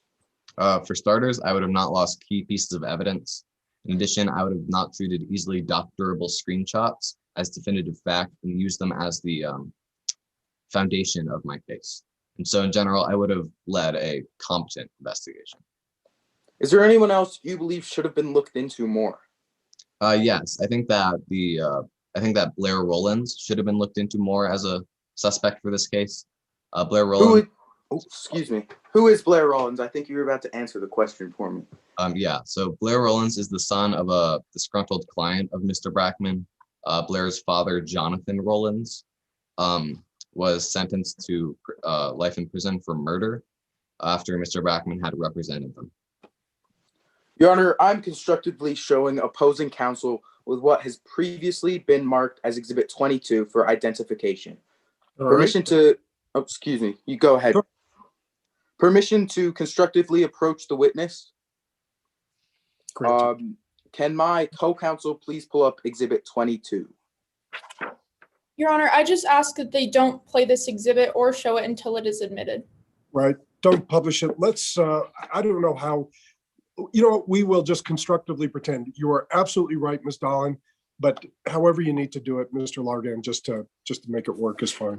I'm just trying to show it to the jury and Your Honor and Professor Van Owens to get it entered into evidence. All right. Objection. Foundation. Well, he can lay the foundation, but I would ask that he do not show it until it is admitted. That's right. All right. So you're constructively showing this to the witness, and now then just ask him what it is, and then we'll go from there. Okay. Professor Van Owens, what did I just show you? This is a court recording of Jonathan Rollins after he'd been sentenced. Are you familiar with this audio recording? Yes. Is this recording complete? Yes. Is it accurate and truthful? Yes. Your Honor, at this time, the defense moves to enter Exhibit 22 into evidence. Its authenticity has been stipulated to and accuracy shown. All right. Ms. Dolan, but before you go, one thing you haven't established is what it is. So I'd like to ask the witness, what does Exhibit 22 depict? Of course. So Exhibit 22 depicts Jonathan Rollins making a remark to Mr. Brackman. This remark. Ms. Dolan, any objection there? Yes, Your Honor. I object to hearsay and foundation because, first of all, there's no evidence that Blair Rollins heard this statement, and there's no evidence that he was even at the trial when Jonathan Rollins made this statement. And if we cannot know for certain that Blair Rollins heard this statement, the prejudice outweighs any of the probative value. Mr. Largan? Your Honor, even if if Mr. Rollins didn't hear this statement, would you not think that Mr. Blair Rollins would be a little upset at Brackman for his dad going away for life in jail for murder? Excuse me. All right. Well, one thing is, you don't get to ask me questions. Sorry, excuse me. It's okay. It's okay. This is, it's all good here. No pressure. The objection is going to be overruled. With respect to the Rule 403 objection, I don't think that the prejudice outweighs the probative value, and the rest of it will be up for the jury to decide. So the objection is well-founded, and I appreciate it, but it's overruled, and Exhibit 22 will be admitted. Thank you, Your Honor. Okay, now that has been admitted, let me ask you one more question, Mr. So are you going to publish it now, or are you going to ask a question? Oh, yes. I'm so sorry. Excuse me. That's okay. Yeah, thank you, Mr. Solis. I'll get you back, Brackman, if it's the last thing I do. Thank you. So now that that's been published, let me ask you, and that we have clarified that Blair Rollins is a potential suspect in your expert opinion. Let's go on to your expert opinion. In your expert opinion, is the evidence and conclusion from the prosecution accurate? In my professional, scientific, and expert opinion, I believe that the key pieces of evidence and some of the key pieces of evidence in the prosecution's case is not accurate, and that the prosecution conclusion is very flawed and lacks evidence. No further questions, Your Honor.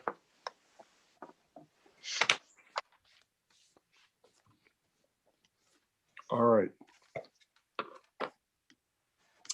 Ms. Dollar, May I proceed? you may. Oh, let's get our judges. I'm sorry. Jeez.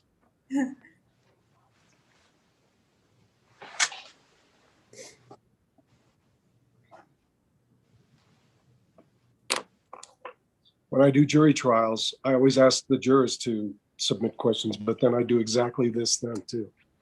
All right. All right. Now we're ready. Okay, Thank you, Ms. Dolan. thank you. So Professor, you already stated that you left the police department after you injured a woman during an arrest, correct? Yes. And the woman sued the APD and you individually. Yes. You stated that you were disillusioned with police work after this experience. Yes. Consequently, you like to think of yourself as a check on the power of police. Yes.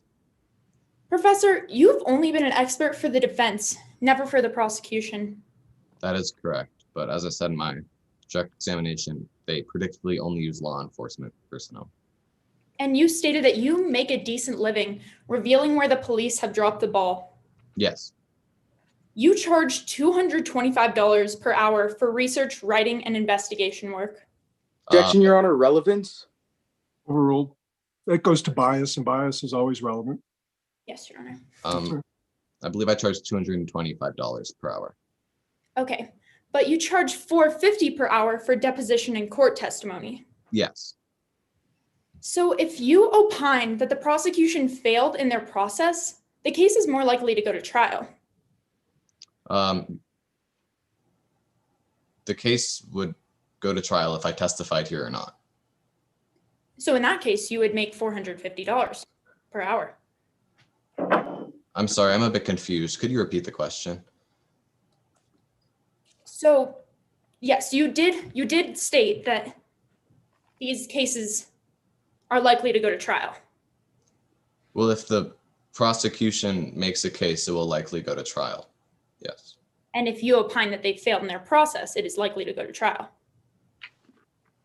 I think that if I opine that it was likely, I will go to trial if I opine that it is Yes. the process. Yes.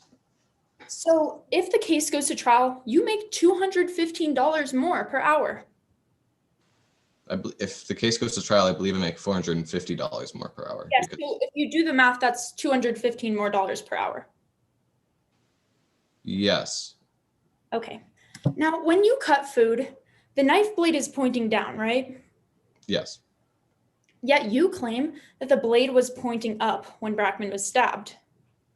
Yes, some knives can be held comfortably in different ways. So you stated that knife construction itself can affect how the user will hold it.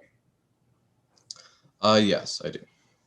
And aren't kitchen knives, such as the murder weapon used in this case, designed to have the blade pointing down? Yes, they can be, but it also might be comfortable to hold the blade up if you are stabbing someone. However, you stated it would be more common for the knife to be held in reverse position. Yes, if you are stabbing someone. Okay, so you believe that Brackman was seated, not standing when he was stabbed. Yes. And you stated that the ring videos show the intruder was of similar build to Mackenzie Brackman. I state that he was not a much larger build than Mackenzie Brackman. But in your statement, you said that the intruder was of similar build to Mackenzie Brackman. Yes, which is not larger. Okay, but if the intruder and the victim were of similar build, isn't it plausible that the intruder could have easily raised their arm above Brackman's back to stab him? Not while they were constrained in a bear hug, if that's what you're referring to. But isn't it plausible if they were of similar build? Okay, well, you disagree with the unanswered texts and calls on March 6th show that Taylor was trying to get in touch with the defendant, Avery Becker. Yes, I believe that they were looking for their phone. Taylor stated that Avery hadn't answered her text in the morning about whether they were riding to school together. I don't believe I can testify to what Taylor said or didn't say. Okay, but based on Taylor's statement, she was trying to get in touch with Avery, wasn't she? Again, I don't believe I'm qualified to testify. Taylor Perkins will be up on the stand later, and I think those questions would be more likely directed toward them. So you weren't part of the PD team that investigated Brockman's death? So the PD team, the police department team? Yes, I'm a private investigator. I would never be a part of that team. Okay, and you weren't at the crime scene? No, You didn't collect any evidence, I didn't. I collected some evidence in regards to Blair Rollins. but not from the crime scene. Not from the crime scene because, yeah, You didn't conduct any witness interviews.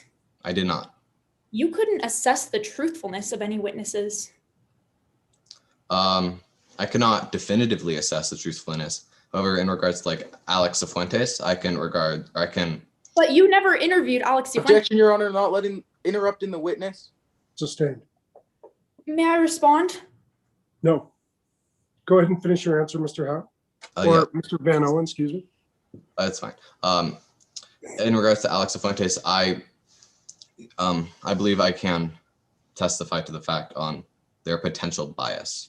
But you never interviewed Alex Cifuentes, did you? I did not. You also didn't talk with the distraught family members of the victim. I did not. You only looked at the investigation of the murder in hindsight. Yeah, you could say that, and my job is that's pretty much all that's relevant to my job is to look at it in hindsight.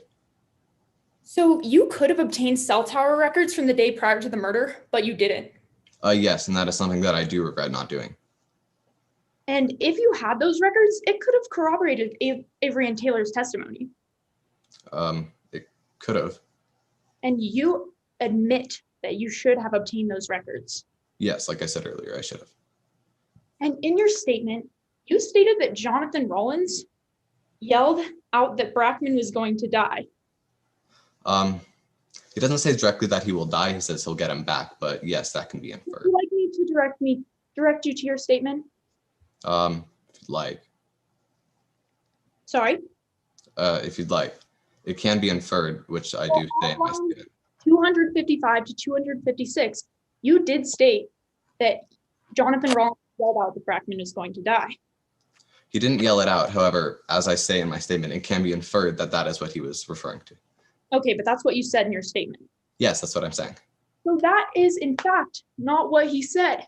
The recording says, I'll get you back, Brackman, if it's the last thing I do. Yes, that's what I've been saying. But that's not what you said in your statement. So in regards to my statement, I am inferring that that is what he meant. Okay. So more importantly, there is no evidence that Blair even heard this remark because it was after the sentencing. Yes, there is no, but he did testify there, so it wouldn't be unreasonable to assume that he was there. So, but you never requested a copy of the portion of the recording in which Blair Rollins was supposedly speaking. I did listen to it, but I did not request it today. Okay. And so we really have no way of knowing whether that actually happened because you failed to get that portion of the recording. I'm sorry, you're referring to Blair Rollins testifying? Yes. I know it happened because I listened to it. But we have no way of knowing because we cannot listen to that recording. Currently you cannot. No further questions, Your Honor. Thank you.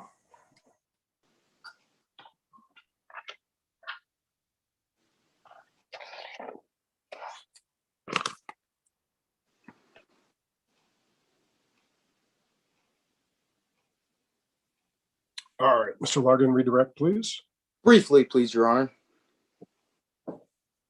Go ahead. Professor Van Owen, you mentioned that you regret not getting those cell tower data records the day before the murder occurred. Yes, I do. It is something that I should have done in hindsight.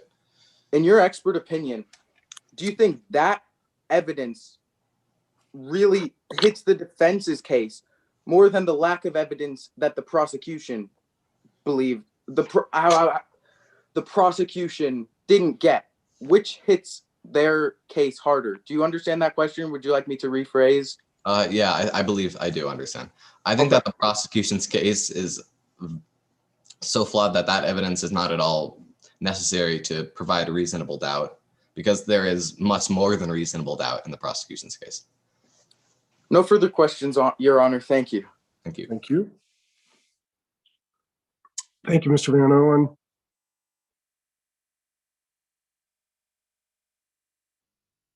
All right. Just give it a moment. We'll let you call the next witness. Mr. Solis. Yes, we'd like to call Taylor Perkins to the stand.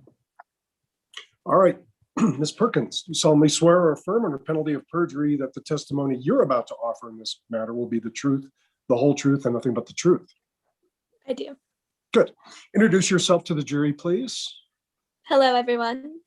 I am Taylor Perkins. Thank you. And I'm currently a freshman at CU Boulder, but before that, I went to high school with Avery. Thank you. Mr. Solis. How do you know Mr. Becker? We were best friends in high school. We did everything together, whether it was after school stuff like mock trial, class, making TikToks, taking pictures for my Instagram, going to Fresh Act. We were always together. And let's talk about mock trial. Were you on the team all 4 years? No, I ended up quitting the team at the end of my senior year. Why did you quit? Well, I quit in support of my friend. Avery wanted to be a lawyer much more than I did. I could never be a lawyer.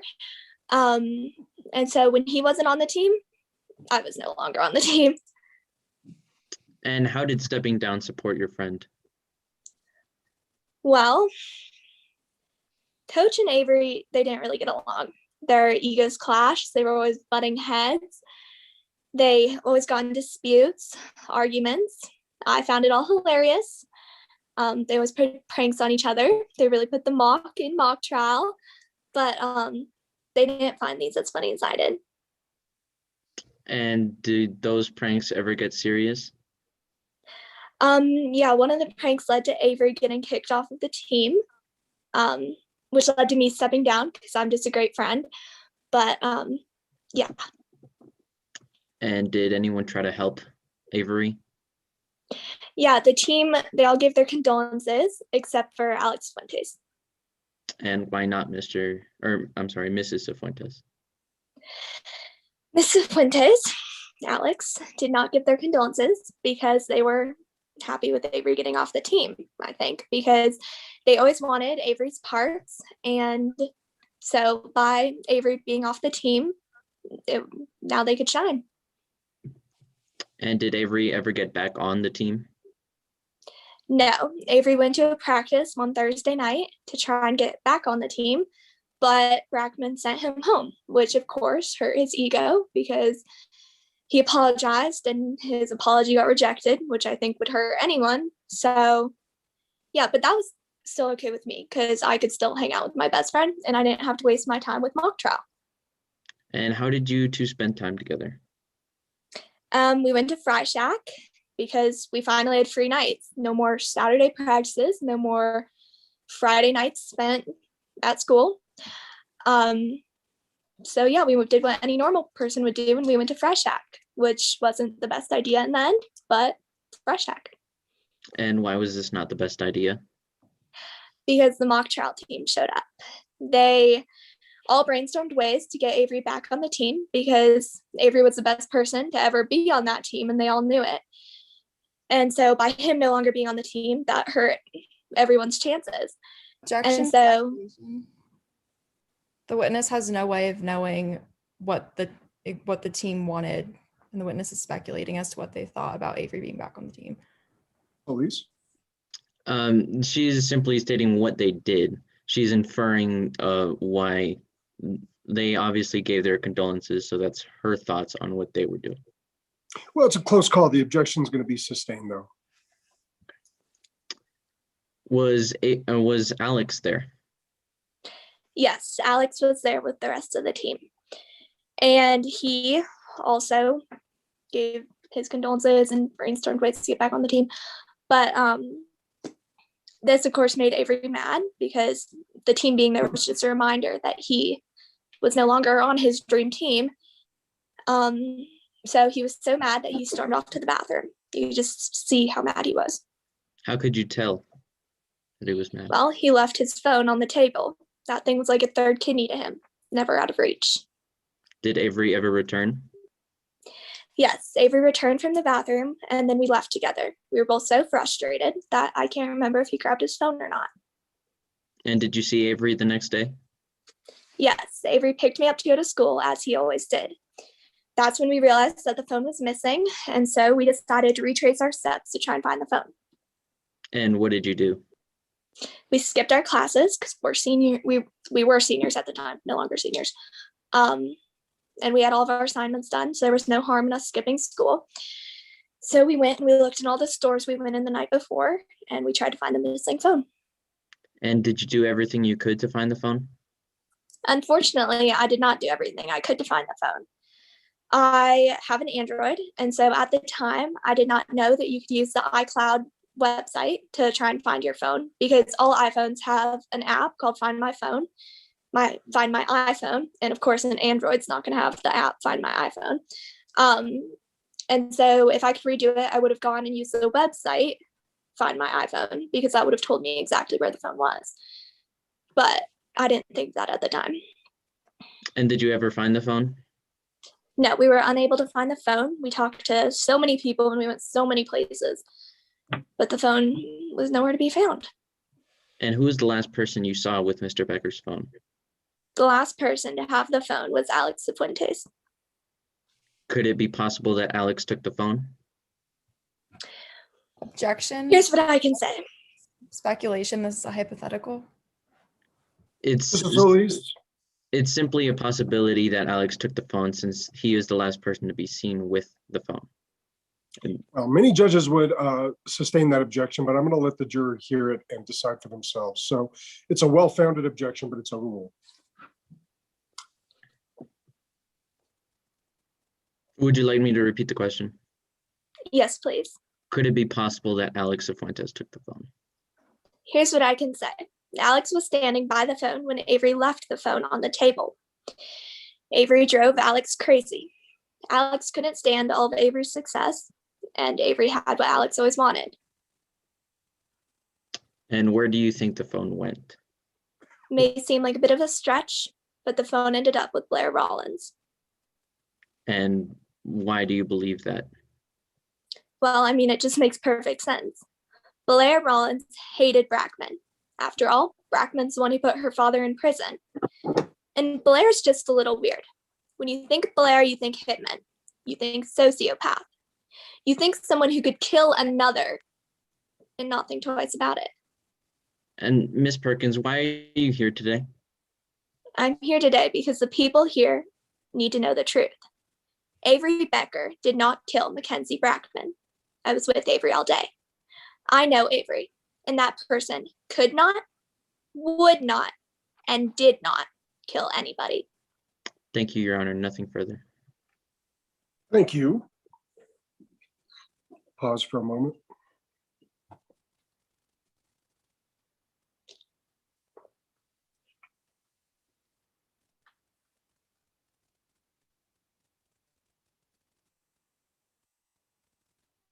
All right, Ms. Peck. Miss Perkins, the defendant Avery is your best friend. Yep, all through high school, and still is now, even though we're in college and we're at different schools. We're still best friends. A lot of time together, like driving to school. Yeah, mock trial, Friday Shack, TikToks, Instagram. Together. One of the reasons you did mock trial. Yeah, I could never be a lawyer, hate mock trial with a passion, but I needed to spend time with my best friend, and mock trial was one of the ways we did that. You and Avery did mock trial for 4 years. Until I quit at the end of the senior year, because I'm a great friend and I quit down to support my best friend. You are both very good at mock trial. Avery was the best one on the team, and I was pretty decent too. And mock trial requires you to be very good at making things up on the spot. Well, not if you plan ahead like I Exact did, relevance. Overrule. Go ahead. Mock But trial for- requires you to be very good at making things up on the spot. well, it depends on the person. For me personally, I work best when I plan things ahead. However, for Avery, maybe making stuff up on the fly works best. Could I It have a really yes or depends no on the answer, person, please? in my opinion. Could I have a What? yes or no, please? My answer is sometimes. And this requires you to make things, and this requires you to pretend to be someone you're not. Yeah. So essentially, it requires you to be very good at acting. Yeah. And acting is essentially lying. Pretending you're Objection someone relevance. else, lying. The objection sustained. Not so much on relevance grounds, but on, I think it's really a 403. You can't ask somebody if you can't suggest directly that they're lying. Go ahead. Avery had a pretty high opinion of herself. Yeah, we all had a high opinion of Avery. And Coach Brackman gave her a hard time for giving little effort. Yeah. And for I being think Brackman might have just been jealous of all of Avery's success because Avery was a better lawyer than any of us would ever be. And Coach Brackman gave Avery a hard time for being unprepared. Yeah, because it made the team sometimes unsure of how well we would do, but Avery always performed in the end. Best And one for on the being- team by far. And for being late to practice. Well, I mean, he was late occasionally, more than the rest of us, but he wasn't always late. In fact, because of these things, Avery was demoted to B team.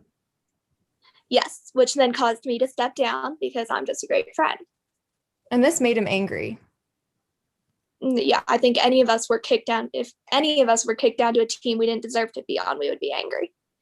You thought this was unfair. It was definitely unfair. Because she got demoted, you quit A team in support of your friend. Yep, that is So that Avery could 100% move back correct. up to A team. Sorry, could you repeat the question? So that Avery could move back up to A team. Yes, because that's the team Avery deserved to be on. And I didn't like mock trial, so why should I take his spot on the team? And this was manipulating Brackman. Manipulating in what way? This was manipulating Brackman to let Avery back on A team. I mean, sure, in a way, but in the end, it did the best for the team. So if you're willing to quit A team for Avery, what are you willing to do to save her from being charged in court today? Are you suggesting that I would lie in court? Miss Perkins, you also admit that Avery and Brackman had a feud. Yes. Which you found funny.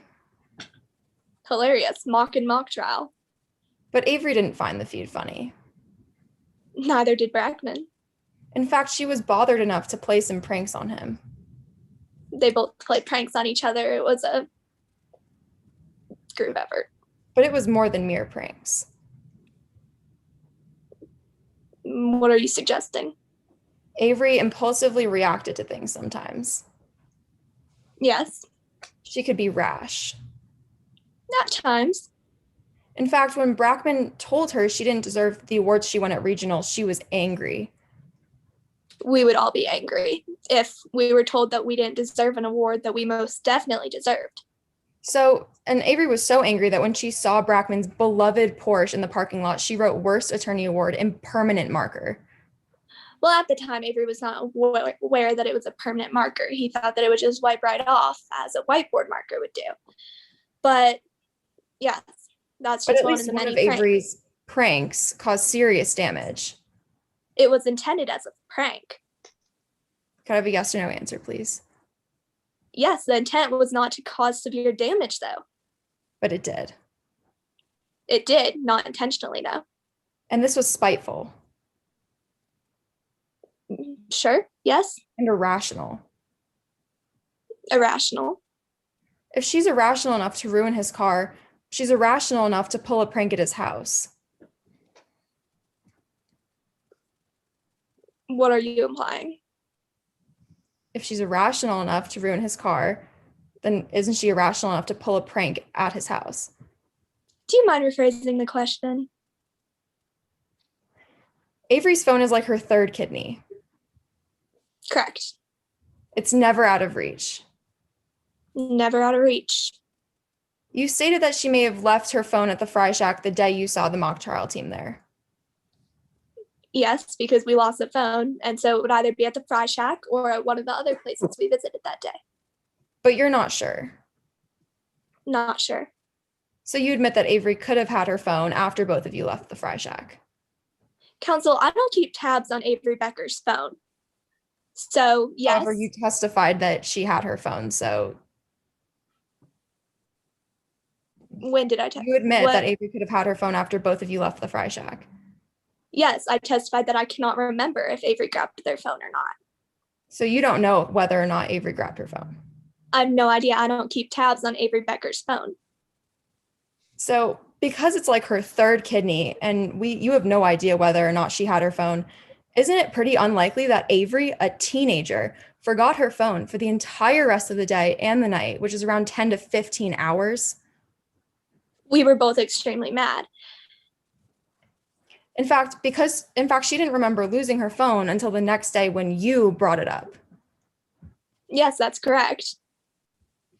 Once you allegedly realized her phone was missing, you both spent the entire day looking for it. Yep, we skipped school because we were seniors, and so we didn't have any assignments, and we had already made it into college, so that wasn't going to affect anything. So yeah, neither of you ever. Can I have a yes or no answer? Objection, interrupting the witness. Your Honor. Go ahead and re-ask. Go ahead, Ms. Peck. Yet neither of you ever thought to use Find My iPhone? No, because I had an Android, as I previously stated. And so I was not aware that you can use the Find My iPhone app or website, because since Androids don't have Find My iPhone apps, that would make no sense. Thank you, Ms. Perkins. Wouldn't someone so attached to their phone know how to use it pretty easily or find it easily? Well, they didn't have the phone, so how would they have used their phone to find their phone?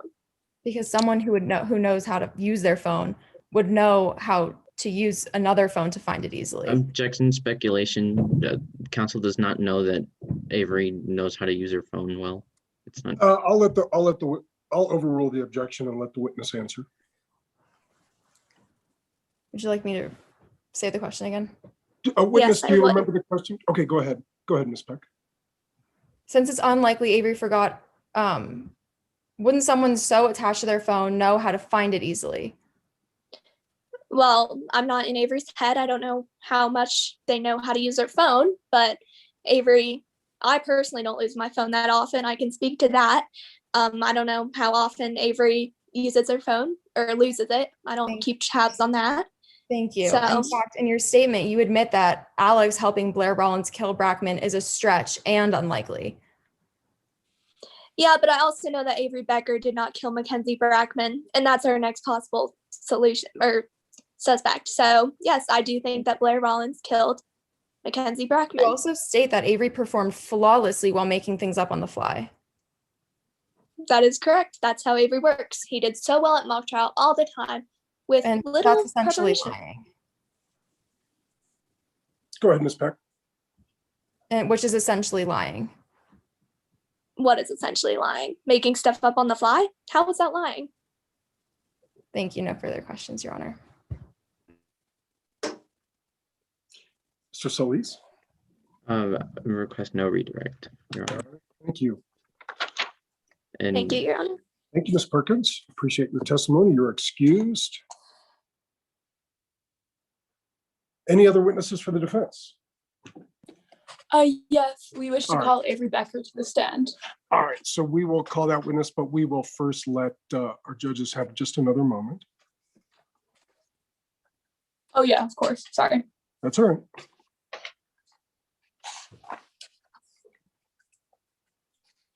All right. All right, Ms. Dudgeon. All right. Mr. Becker, please raise your right hand. You solemnly swear or affirm under penalty of perjury that the testimony you're about to offer in this matter will be the truth, the whole truth, and nothing but the truth. I do. All right, thank you. Introduce yourself to the jury, and then Ms. Dudgeon will ask you questions. Hello, my name is Avery Becker. Last name spelled Beckeer. Thank you. Ms. Dudgeon? Good morning, Mr. Becker. As you know, I'm Lena Dudgeon, and I'll be asking you a few questions about the event that brought us to court today. So, Mr. Becker, did you attend Colorado High School last year? Yes, I did. And when did you graduate? I graduated last year.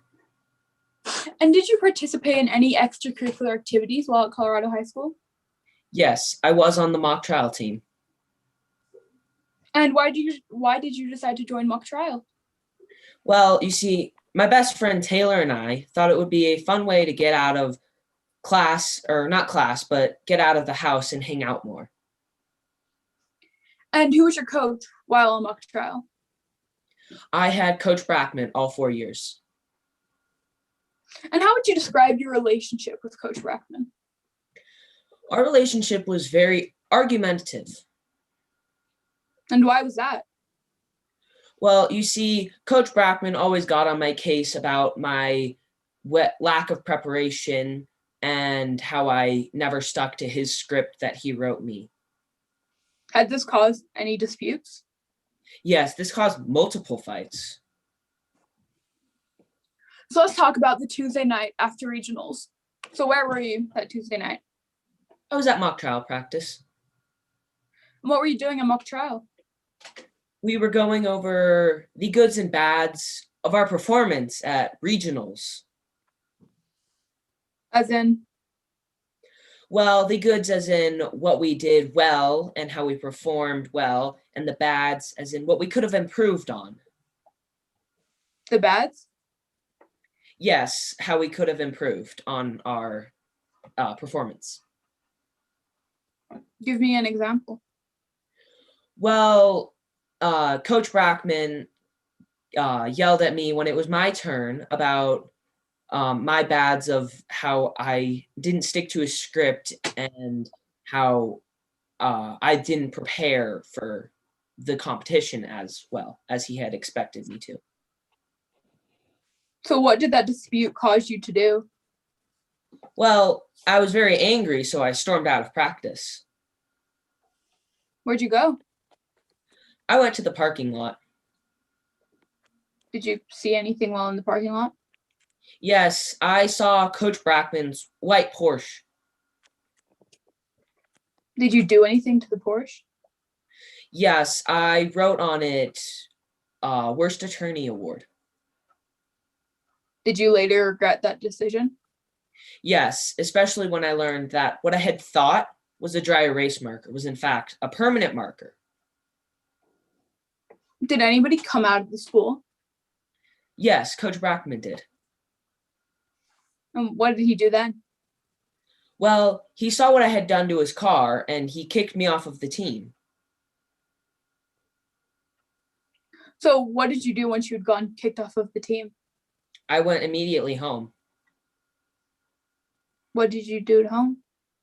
Well, I was crying and I talked to my mother and told her I was kicked off the team. Were you emotional while talking to your mother? Yes, very. As I said before, I was crying. So you were mad at Brackman? Yes, extremely. In fact, I told my mother that I would get him back if it was the last thing I did. So how did you feel after talking to your mother? Well, my mother quickly calmed me down, and when I went to bed, she convinced me to apologize to Coach Brackman the next morning. Is that what you did? Yes, I did. At least I attempted to. What do you mean by attempted?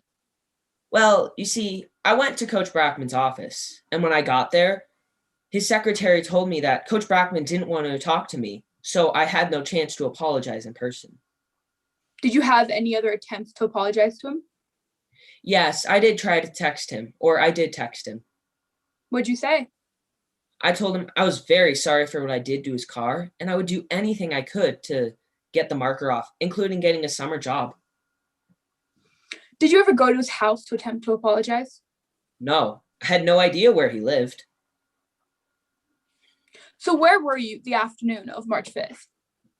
I was at the Fry Shack with Taylor. Was anybody else at the Fry Shack? Yes, I saw Alex Cifuentes and a few other mock trial members. So you know Alex from mock trial, right?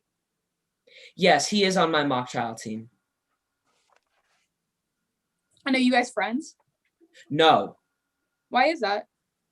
Well, he was jealous of how I always got the better parts than him. And Objection, speculation. Jim? The witness, obviously, he is with Alex on whenever he does mock trial, and so can kind of like tell how he feels. That makes sense. I think this does call for speculation with respect to the feelings of somebody who's not here, so I'm going to sustain that objection. Okay, thank you. So if it wasn't you, who was Alex friends with? He was friends with Blair Rollins. And you do understand that Alex claims that you have texted him. Yes, I understand that's what he claims. Would you ever text Alex? No, I would never text Alex, especially not for help. So back to Fry Shack. What did you do after leaving it? Taylor and I went and walked around the mall for a while. Do you remember ever leaving your phone anywhere? No, all I recall is that I woke up the next morning and couldn't find my phone. What did you do when you realized that you couldn't find it? Well, I went to Taylor's house and we decided to skip school as we didn't have any important tests that day. And we went and retraced our steps to search for my phone. So where exactly did you go? Well, we retraced our steps back to the mall and the Fry Shack.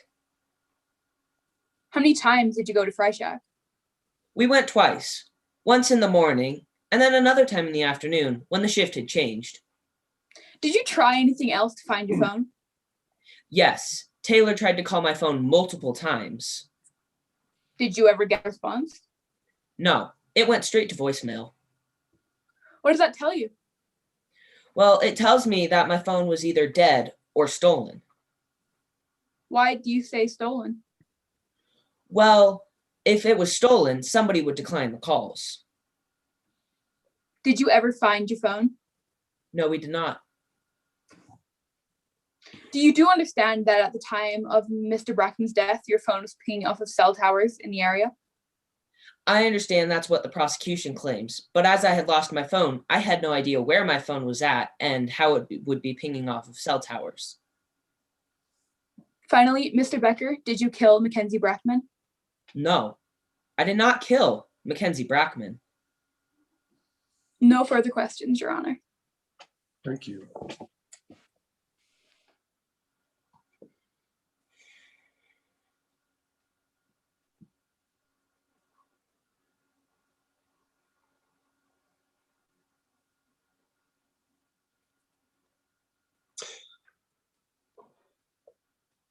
Ms. Hobson. Mr. Becker, for the sake of time, could you please respond to my questions in a yes or no statement? You state on line 16 of your statement that you could spin a yarn that had those scoring judges like putty in your hands. Yes, I do state that. Spinning a yarn is a nice way of saying lying. Well, not necessarily lying. Objection. Yes or no? Objection, relevance. So overruled. Mr. Becker, you argued frequently with Mr. Brackman. Yes. You thought he was full of himself. Yes, he was. You thought he was a joke. Yes. In fact, on line 138 of your statement, you admit you hated him. Yes, I do. Taylor Perkins skipped an entire day of school searching for your phone with you. Yes, Taylor was my best friend, so she would do anything to help me. That's yes, thank you. But no one here can verify today of your true whereabouts on March 6th, except for Taylor. Yes. You left the Fry Shack without noticing your phone wasn't with you. I had no recollection of Is it that a yes? with me or not. Thank you. Objection, interrupting my witness. Sorry. It's okay, move on.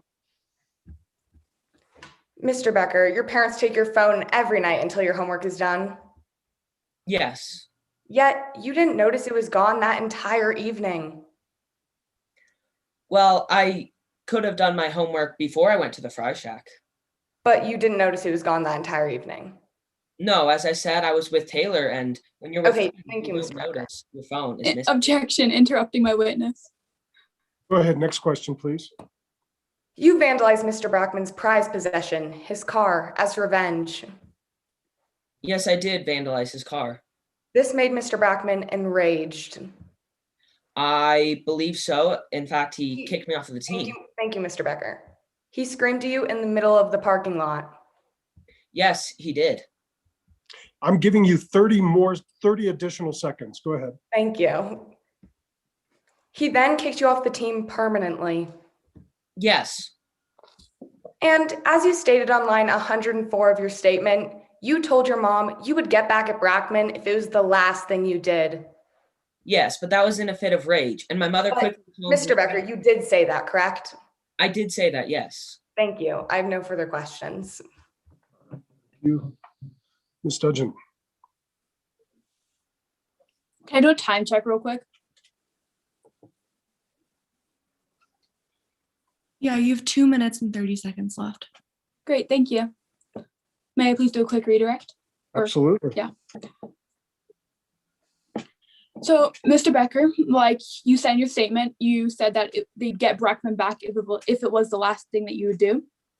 Yes, but as I was very angry at Brackman at the time, I said that. And then my mother quickly calmed me down. And so once your mother had calmed you down, you realized that that was very wrong. Yes, I did. And then you quickly apologized. And then, sorry, you didn't quickly. You later apologized to Brackman multiple times. Yes, I attempted once in the morning, as I said in person, and then I texted him. And you said that you would help repaint his car, correct? Yes, I said I would do anything to get the marker off, including getting a summer job to help repaint the car or just get the marker off in general. But how would you say that you felt after vandalizing his car? I was immediately regretful because, as I had said, I thought it was a dry erase marker and it would come straight off of the car. But as I realized it was a permanent marker, I was immediately regretful of my decision. Okay, thank you. No further questions, Your Honor. Thank you, Mr. All right, let's give our judges another moment. And we will prepare for closings.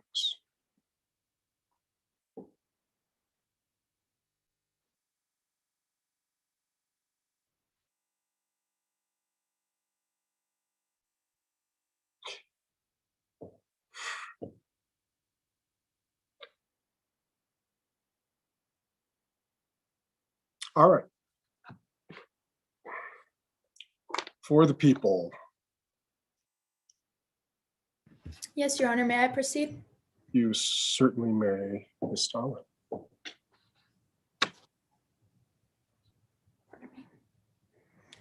It was payback gone wrong. On March 6, 2020, Avery Becker broke into Mackenzie Brackman's house. Avery wanted to cause some trouble, shake Brackman up, and get revenge. Maybe Avery didn't intend to kill her coach that day. His coach that day. Nevertheless, Mackenzie Brackman ended up lying face down in a pool of blood, dead. Your Honor, members of the jury, the people proved beyond a reasonable doubt, based upon all evidence, including circumstantial evidence, that Avery Becker committed second-degree burglary and murder in the first degree, otherwise known as felony murder, on March 6th. When Avery was upset over an argument at practice, he wrote "Worst Attorney Award" on the hood of Brackman's car in permanent marker. That day, Avery showed us who he really is. Impulsive, vindictive, malicious. When Avery was permanently kicked off the team, he was not just upset. He was enraged. He decided to go to Brackman's house and trash it to get payback. Maybe he didn't think Brackman would be home. Maybe he didn't think Brackman would be armed with a knife. Maybe he wasn't thinking at all. It was payback gone wrong. Now, first off, Avery denies he was at Brackman's house on March 6, 2020, because according to Avery and Taylor Perkins, Avery's alibi witness and best friend, they were looking for Avery's phone all day, which we heard was like his third kidney. The defense wants you to believe that Avery lost his phone on March 5th and didn't realize it was missing until the next day. Use your common sense. We know Avery's parents took his phone every night. Also, what teenager can survive without their phone for possibly around 12 hours? The evidence shows that there were also both texts and calls from Taylor to Avery's phone on the day of the murder. However, no one sends a text to find a phone, especially in a noisy mall or burger joint. As everyone knows, you use the app Find My iPhone. As everyone also knows, Taylor would do anything for Avery. Remember, Taylor quit the A-team so that Brackman would have to take Avery back. What would Taylor do to keep Avery out of prison? The defense's experts want you to believe that Blair Rollins committed this heinous crime because his father, a client of Brackman's, was sent to prison. But the defense introduced no evidence that Blair Rollins heard any remarks or was even present when his father threatened revenge against Brackman. The people have proved through our witnesses that Avery Becker broke into Brackman's house and killed him, whether he meant to or not, which is felony murder. Alex Cifuentes testified that Avery texted that he was going to break into Brackman's house and trash it, which constitutes the felony of second-degree burglary. In Avery's words, that'll show him. Detective Markowitz proved that Avery was in the area of Brackman's house at the time of the murder. The texts and calls showed that Taylor was desperately trying to get in touch with Avery, who was not responding because he was at Brackman's house. The crime scene photographs are evidence of a struggle, which Kyle Kuzak confirmed. The evidence shows that in the end, Avery fatally stabbed Brackman. Only Avery knows if he entered that house with the intent to kill. But his intent to kill doesn't matter. What matters is that while committing the felony of second-degree burglary, Mackenzie Brackman ended up dead, lying in a pool of his own blood. It was payback gone wrong. Members of the jury, we ask you to find Avery Becker guilty of the murder of Mackenzie Brackman. Thank you. Thank you, counsel.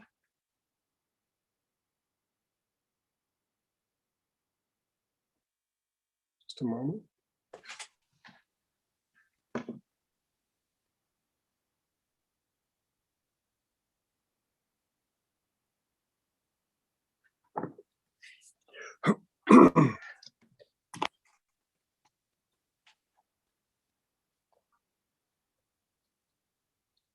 All right.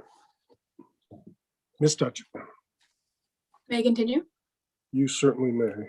Thank you. If it may please the court. Good morning, Your Honor. Ladies and gentlemen of the jury and the opposing counsel, I'm here to summarize this case before you. 6 witnesses have testified under oath today and all paint totally different pictures of what happened on March 6th of 2020. The prosecution will drill into your mind that young Avery Becker murdered his high school mock trial coach on nothing except the fact that he was kicked off of the mock trial team. That Avery Becker went to Mackenzie Brackman's home, in which Avery admits he had no idea where he lived, and plunged a 7.5-inch blade 8 inches into the victim's back. Detective Jordan Markowitz, a man who had taken 6 years to become a detective, and uses a simple 3-day training course to make conclusions of murder. He concluded that Becker had traveled a certain route to the victim's home based off of cell tower pings from Avery Becker's cell phone, in which Avery had in fact lost. He prepared a map a map that not only contains both Becker's and Brackman's homes, but also a third house, a house of Blair Rollins. A third suspect who not only has been missing since the day of the murder, but also the son of a man whose father went to prison due to the actions of Mackenzie Brackman. At the crime scene, footage was found from a Ring camera video. That video that Marcus thought to completely prove the suspect, that Ring footage actually proves nothing except the fact that the suspect was a similar height and shape to that of Avery Becker.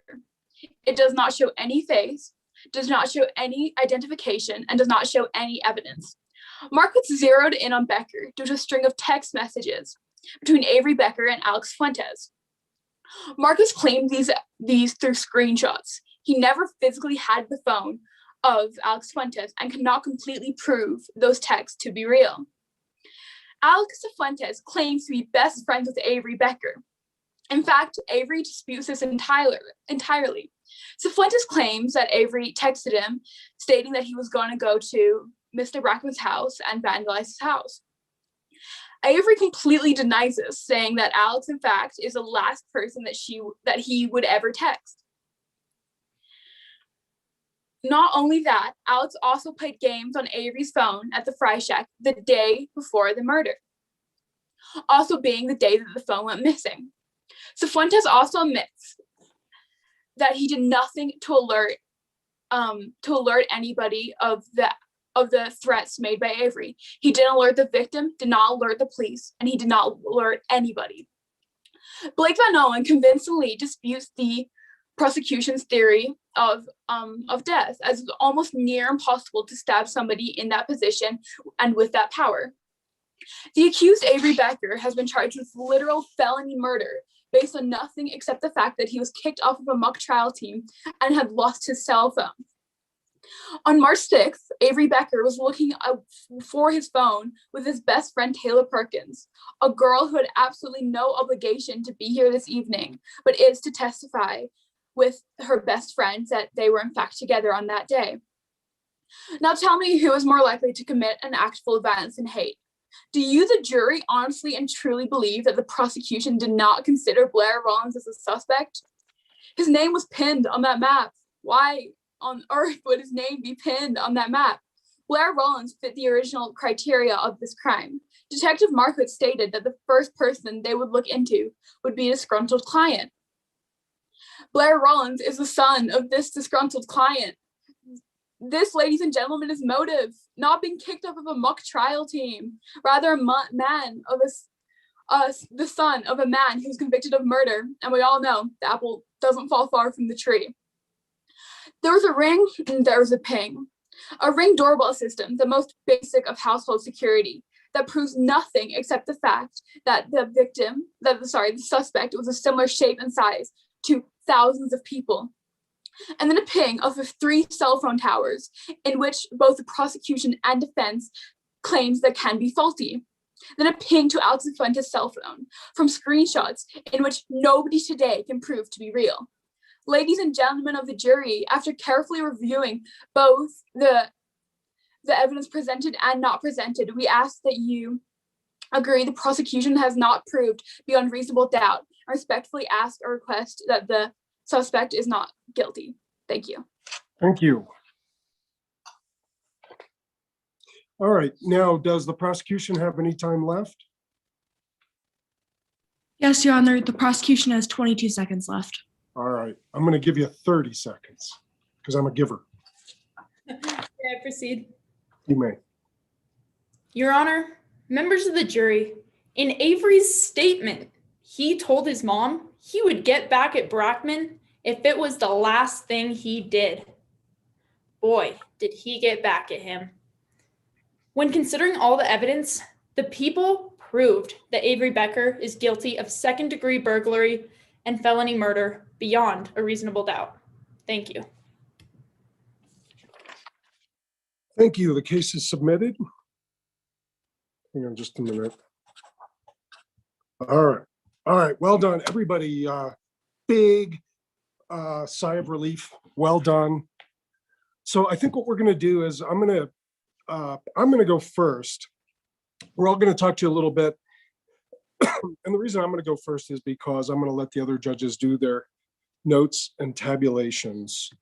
And so I'm going to introduce myself briefly and then just go talk to you each a little bit.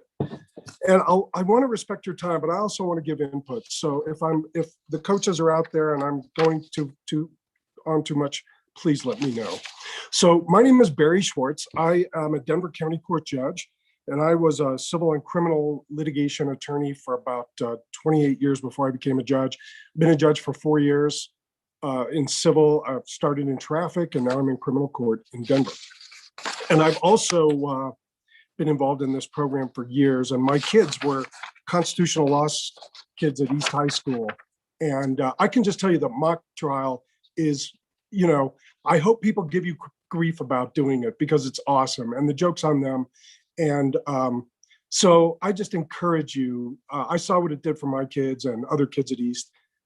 It's amazing. So thank you and well done. And thank you to your parents and your coaches too.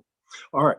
So just in the interest of time, I'm not going to talk about the witnesses, but the witnesses were great. And so I don't mean to diminish you guys. It's just that I want to talk to the lawyers. And then I know you guys are also, the witnesses are also lawyers in other rounds. So the one thing I want to say, and this goes especially to the young women that are here, is no matter what you do in any job, but especially as a lawyer in court, is you have to be yourself.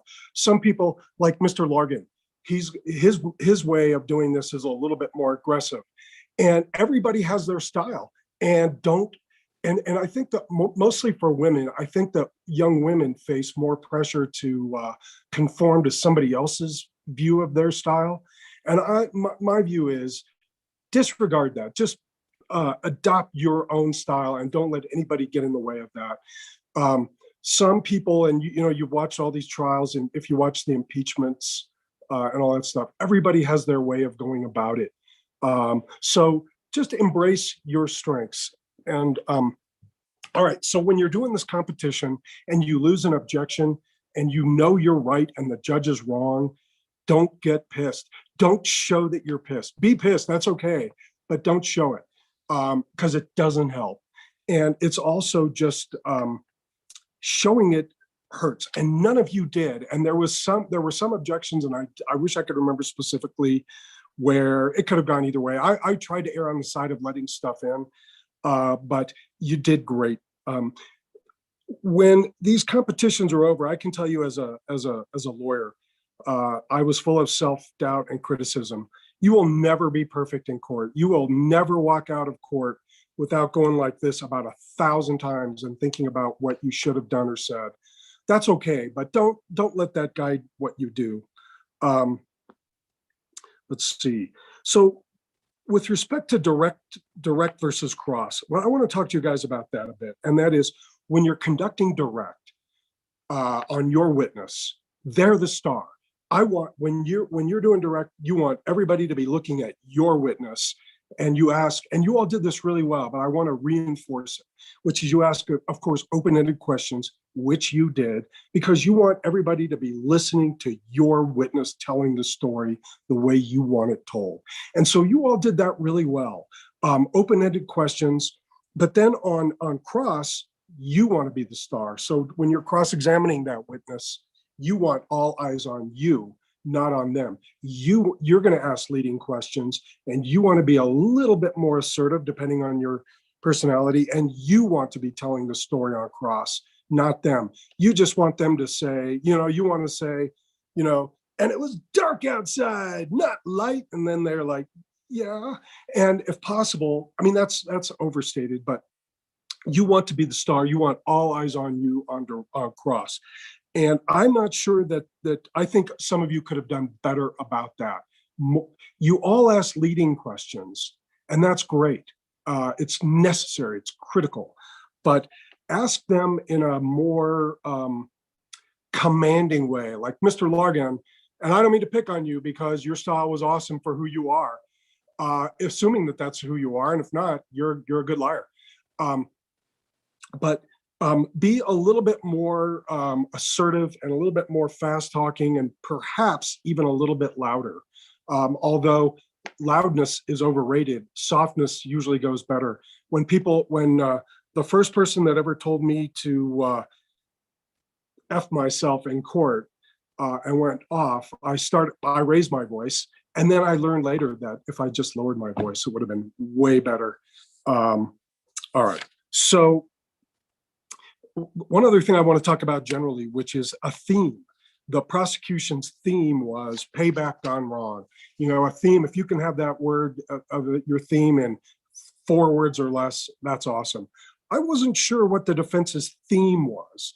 And sometimes people overstate their themes a little bit, but it's important to have one, even if you don't restate it, as long as those words are indelibly etched in your mind as you're going on, that you've got a 4-word theme that defines your case, and you have to follow that trail. I didn't hear anybody talk about proof beyond a reasonable doubt. And of course, that's what the defendant wants to beat on. I used to do criminal defense, and your only friend in that courtroom, usually reasonable doubt, is a better friend to you than your own client. And so you've got to hammer on reasonable doubt. All right, so I want to go through some individual things. The opening statement is a roadmap. And so Ms. Hobson, did you give the opening? Was that you? Where are you? There you go. Okay, your pace was excellent, because remember, you're telling a story to people that don't know anything. And stories have their own pace. They have a beginning, a middle, and an end. That's why I always tell people that don't have a lawyer, that are pro se in court, just tell me your story. And your pace was excellent, and you provided a roadmap. And that, if there's any 2 things that you want in an opening statement, it is that you want people to learn to respect you right away. And one of the ways you do that is by telling them a story they understand and giving them a roadmap to what the evidence is going to show. And also by being professional and not confusing them. And that's what you did. And so I commend you highly for that. You also said, and this is a theme I want to talk about, the defense is going to try to show you ABC. And that's awesome. I mean, if you can stay ahead of the bad stuff, that's always a good thing. All of you did, for example, with respect to Professor Van Owen, that he had some bad stuff, right? I mean, he left the force and he'd done all these things. And so if you get the bad stuff out first in a way that you control, that's awesome. And so you were very proactive in your opening about what the other side was going to do. Mr. Solis, in your opening, you had your theme was, I guess, ring and ping. And I thought that was really, what is that, good alliteration? Is that alliteration? But my note on that was nice. You did a nice job with that. But one thing that you got into the details, and what I would suggest to you in the future is that you start with a simple point. And your simple point is, he didn't do it. And I heard that, but not at the beginning. And that's what I want to hear from you as a juror. And, I decide a lot of cases without jurors. I'm the fact finder and the decider. That's what I want to know. And so it's comforting to someone who wants the rule in your favor for you to just say, he didn't do it. And then you can get into the details of why. So that's a small point. Let's see. You also talked about, and this is a high point, evidence that wasn't going to be presented. And that's what lawyers in real life fail to do every single day, is they talk about, they spin the evidence that was, or they focus on the evidence that was. But for a defense lawyer, it's all about what didn't get presented. And I commend you for that. All right. So then Ms. Dahlin, one of the things you guys didn't do enough was voir dire. And I don't remember if Ms. Dahlin did did you voir dire whenever you get an expert, voir dire them. Even if you don't object to them, even if they're the greatest expert in the world and you can't even come close, you always want to perform voir dire, because you want to get out. It is your opportunity to make a speech about how, for example, if they're charging too much money, you can talk to them about what a whore they are. You can get the bad thing out right away. The one really good bad thing you have about them, you can get it out in voir dire. And that's your one chance. So always take advantage of voir dire to basically find out, for example, what they didn't opine on. Or anyway, that's your one opportunity to basically take a swing at somebody who can't defend himself, is on voir dire. So take advantage of that. And you did. And everybody else should. All right. I'm trying to be respectful of your time. One thing I want to say about the text messages, and I face this a lot, is I'm always worried that people are faking text messages. Even it happens, and I've caught people lying, presenting evidence in the form of text messages. And what I would say to all of you is, it's a really hard foundation to lay. There's a book that you can check out, and I don't think you can do it today, but it's called, the author is Irving Imwinklereid. It's Imwinklereid, and he wrote the definitive book. I'm trying to look for it. On evidentiary foundations. And if you look at the update, and this book is like $150, but if you look at you can look at it online, and there will be a way to lay a foundation for text messages. And so if you can get access to that somehow, try to see how you do that. It's just really hard. I'm not saying you didn't do it well. You did it great. All right. And Ms. Dudgeon, I wrote and highlighted object to conclusions, but I don't remember what the hell I was thinking about. So I can't tell you anymore, but I know that it was a positive thing. And I wrote down under what you did, intent and set out to kill. So that must have been something that you said that was excellent. So let me get back to you. I have a lot of further notes on you. The whole thing about the knives not matching, you beat on that, and that was very impressive. I looked at the fact pattern, and I hadn't even thought about that. What I learned from you is, and I'm always learning, is, you never win the case with one witness, and you never beat a witness up completely. Like, you're always gonna, if there's a witness against you, that person's gonna hurt you. That's the way it is. Otherwise, they're not gonna be presented. So if you can sort of, take some pieces out of them, that's one thing. But sometimes, and this is like the greatest thing I've learned in months. If you make one great point on cross-examination, you win. Even if you don't do any other damage. And the whole point to me about the knives not matching, I mean, it should have been obvious, and maybe I'm a dummy, but you had a successful cross-examination right there, because it's never going to be perfect. And there was a situation where you couldn't play a video, and I don't remember what it was. And my note was, and this is true for all of you, this is not just Ms. Dudgeon, flexibility and grace is critical in whatever job you do. Like when you're in front of, the group and your video doesn't play, it happens. And it's all in how you respond, and you responded very well. All right, let's see. Yeah, there was a question that you asked, and it says something like, you can't prove in court that these are real. You're always going to get an answer you don't want. Some questions that you ask are not well asked as questions. They're well made as closing arguments.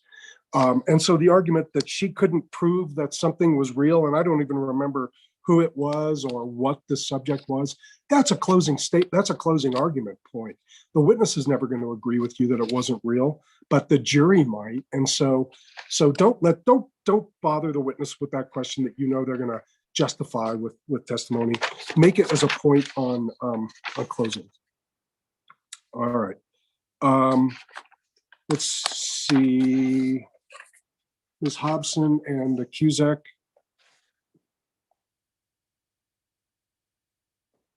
All right, I just wrote for Ms. Hobson that was solid. Mr. Solis, I wrote that you should have objected. I don't remember, if you can recapture this, if you go back and look, that the opinions were just too broad. I think that with respect to the expert testimony, you guys just let them be experts on things they weren't experts on. So on the next round, put put a noose around the experts' necks. If they haven't proved that they're experts on general police investigation, then object to that. All right. One thing you talked about is the whole thing about Mr. Solis. The investigation was peer reviewed, and you asked the witness, well, who did it? And the witness said, well, I'm not telling you, it's top secret. And that was a dagger you needed. You needed one good thing on your cross-examination. And that was it. It only takes one really good thing. All right, so Ms. Peck, for you, I wrote short and sweet is awesome. One thing I have to say that I learned from you, Ms. Peck, is that lawyers usually, I used to do appeals, and an appeal, you get 15 minutes aside, and you've worked on a case for a year, and damn it, you are going to squeeze every second out of those 15 minutes. But it's much more forceful to get up and get down, because then, and if you'll pardon the phrase, because then you the man. And so, Ms. Peck, what you did, you got up, you made your point, and then you dropped your mic and sat down. And so I just want to say that less sometimes is more, and yours was more. Let's see, I said that being aggressive can be difficult, but you pulled it off. And there was something that you could have gotten pretty angry about, but you didn't, and I don't remember what the hell that was. All right. Mr. Largan, one thing you did great is you got the bad stuff out of the way first. And you did a lot of things well. All of you did many things well, but that's a really good thing to do, because as I said before, there's always going to be bad stuff. Get it out of the way, spin it the best way you can, let your witness explain it. Professor Van Owen explained it well. Get the bad facts out of the way. And God, I wrote a note, Mr. Largan, don't get pissed if you lose an objection. You were good. You lost an objection, and it seemed like you were bothered.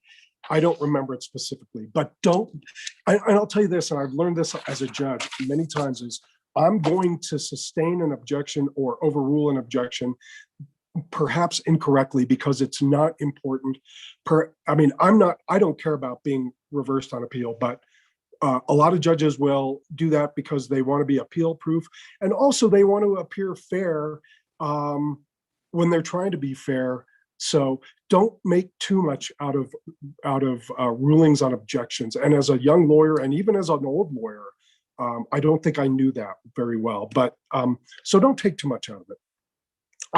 When you guys are testifying as experts, the whole thing about how much you're getting paid to show up in court, I used to do also legal and medical malpractice, and we would get these really expensive experts in.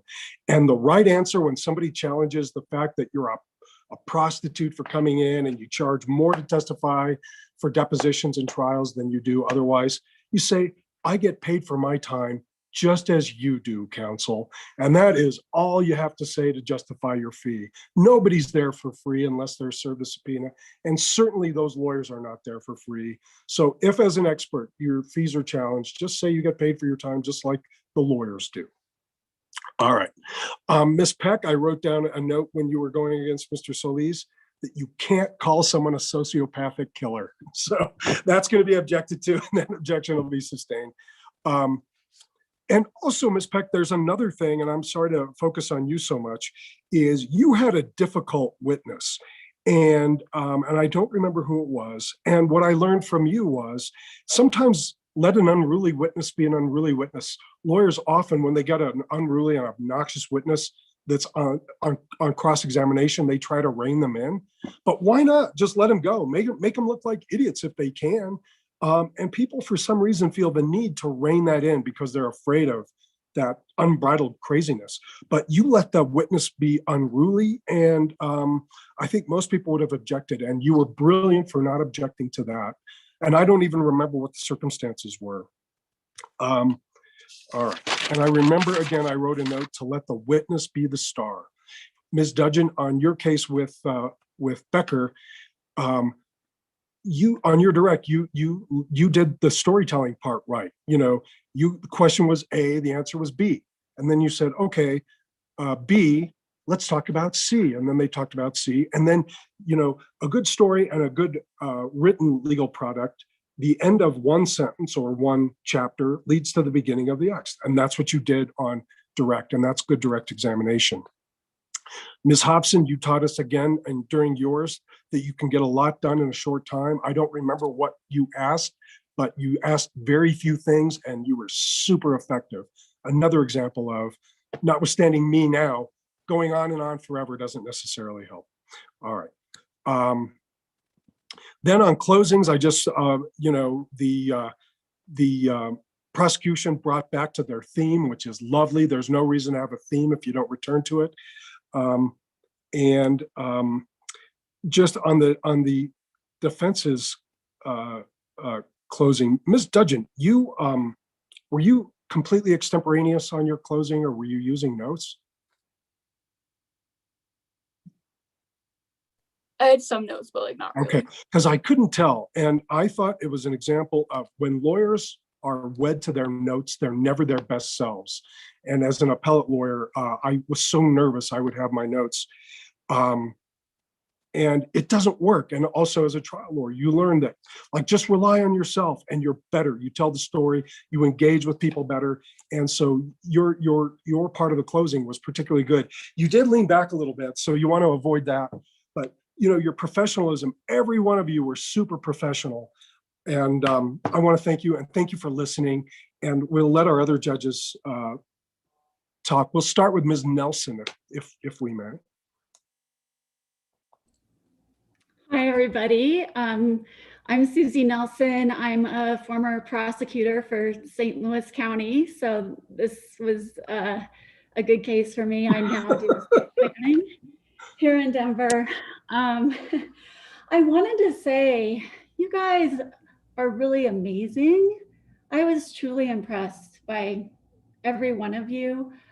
Some of the highlights, I think, were the openings and closings. And as Barry or Judge Schwartz was saying, it's really good, look in that camera, talk to us. When you're in a courtroom, they kind of teach you, kind of pick out like you're talking to one person, like conversation, telling a story. And I felt like in openings and closings, you all did quite a good job for that. Maybe it seemed like you were peeking at notes, but not reading it. And so I was truly impressed for those positions. The witnesses, acting was really good. Olivia, yeah, you're a good actress. You were really playing the part. The rest of you guys did a great job. I was just, again, super impressed. Cross-examinations were good. I think it was Mallory that starts them out. I've got control of you right up front. And then, keep them under control. If they start to hang themselves, let them. Go ahead and let them talk and hang themselves if they're going to. Witnesses shouldn't be making objections for themselves. Like, go ahead and testify if they give you an opportunity. On that, I had a little note on that. And then, I know like you have your questions prepared for direct, but I thought you all did a good job of listening to the witnesses' answers and doing follow-up, right? Because sometimes you just want to go through your list of questions. And so I really thought that you guys had been coached really well, or whether it was just natural. But, you've got nerves going on, you've got a list of questions. And I really liked how when you're going through and the witness says something and maybe it's not what you were expecting or not quite what you wanted, you went ahead and followed up. That's really important. So those are my ideas for today. We grade on professionalism. This isn't my first time scoring these, and I could not think of an instance today when you guys did not behave professionally. So thank you for that. I really, really appreciate that. That's it.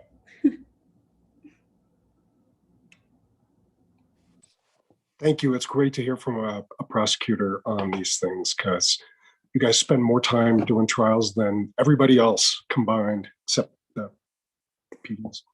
All right, Ms. Perry. Hello, my name is Susan Perry, and I defend parents in dependency and neglect proceedings. So I have a good amount of experience in the courtroom. And I won't try to repeat anything since I know we're kind of short on time, but I wanted to hit a couple things. Great job, wonderful job on everyone's part. I was impressed, as the others were, with the opening and closing. The opening, especially from the prosecution, there was great storytelling, there was imagery, it really captured the listener's attention. I think that was really useful. And also, talking about the legal standards within that opening was and what to expect was really helpful. I liked that in the opening for the defense, we right away put doubt in the jury's mind. But I'd like to hear more about reasonable doubt there in the closing. I think that could have been, developed a little bit more. My other notes are great use of exhibits. I know that's tough to do. And I would maybe do a little bit of work on bases for objections and kind of have that, practiced a lot. If you're going to get thrown off, if you're the one getting objected to, be ready to respond, and vice versa. And that's all my comments.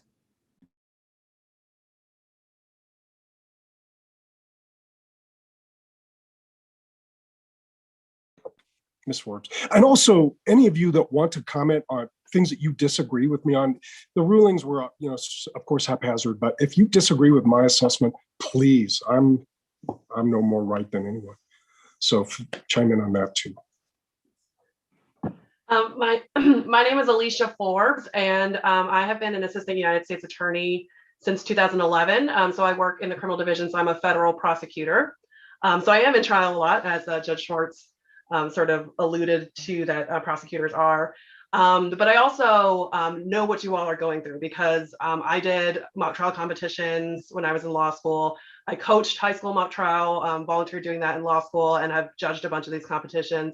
So I just want to start off by commending all of you, as has been mentioned, that what you all do is very difficult. It takes a lot of time and effort, and that time and effort that you've spent clearly shows, but especially this year and having to do it this way, it's the struggle is real. It's what we, judges and lawyers are dealing with right now. I've had to do trial testimony with a witness over Zoom before, so so I know firsthand that it's doing it this way is very hard. It's very hard not to have your coaches here with you.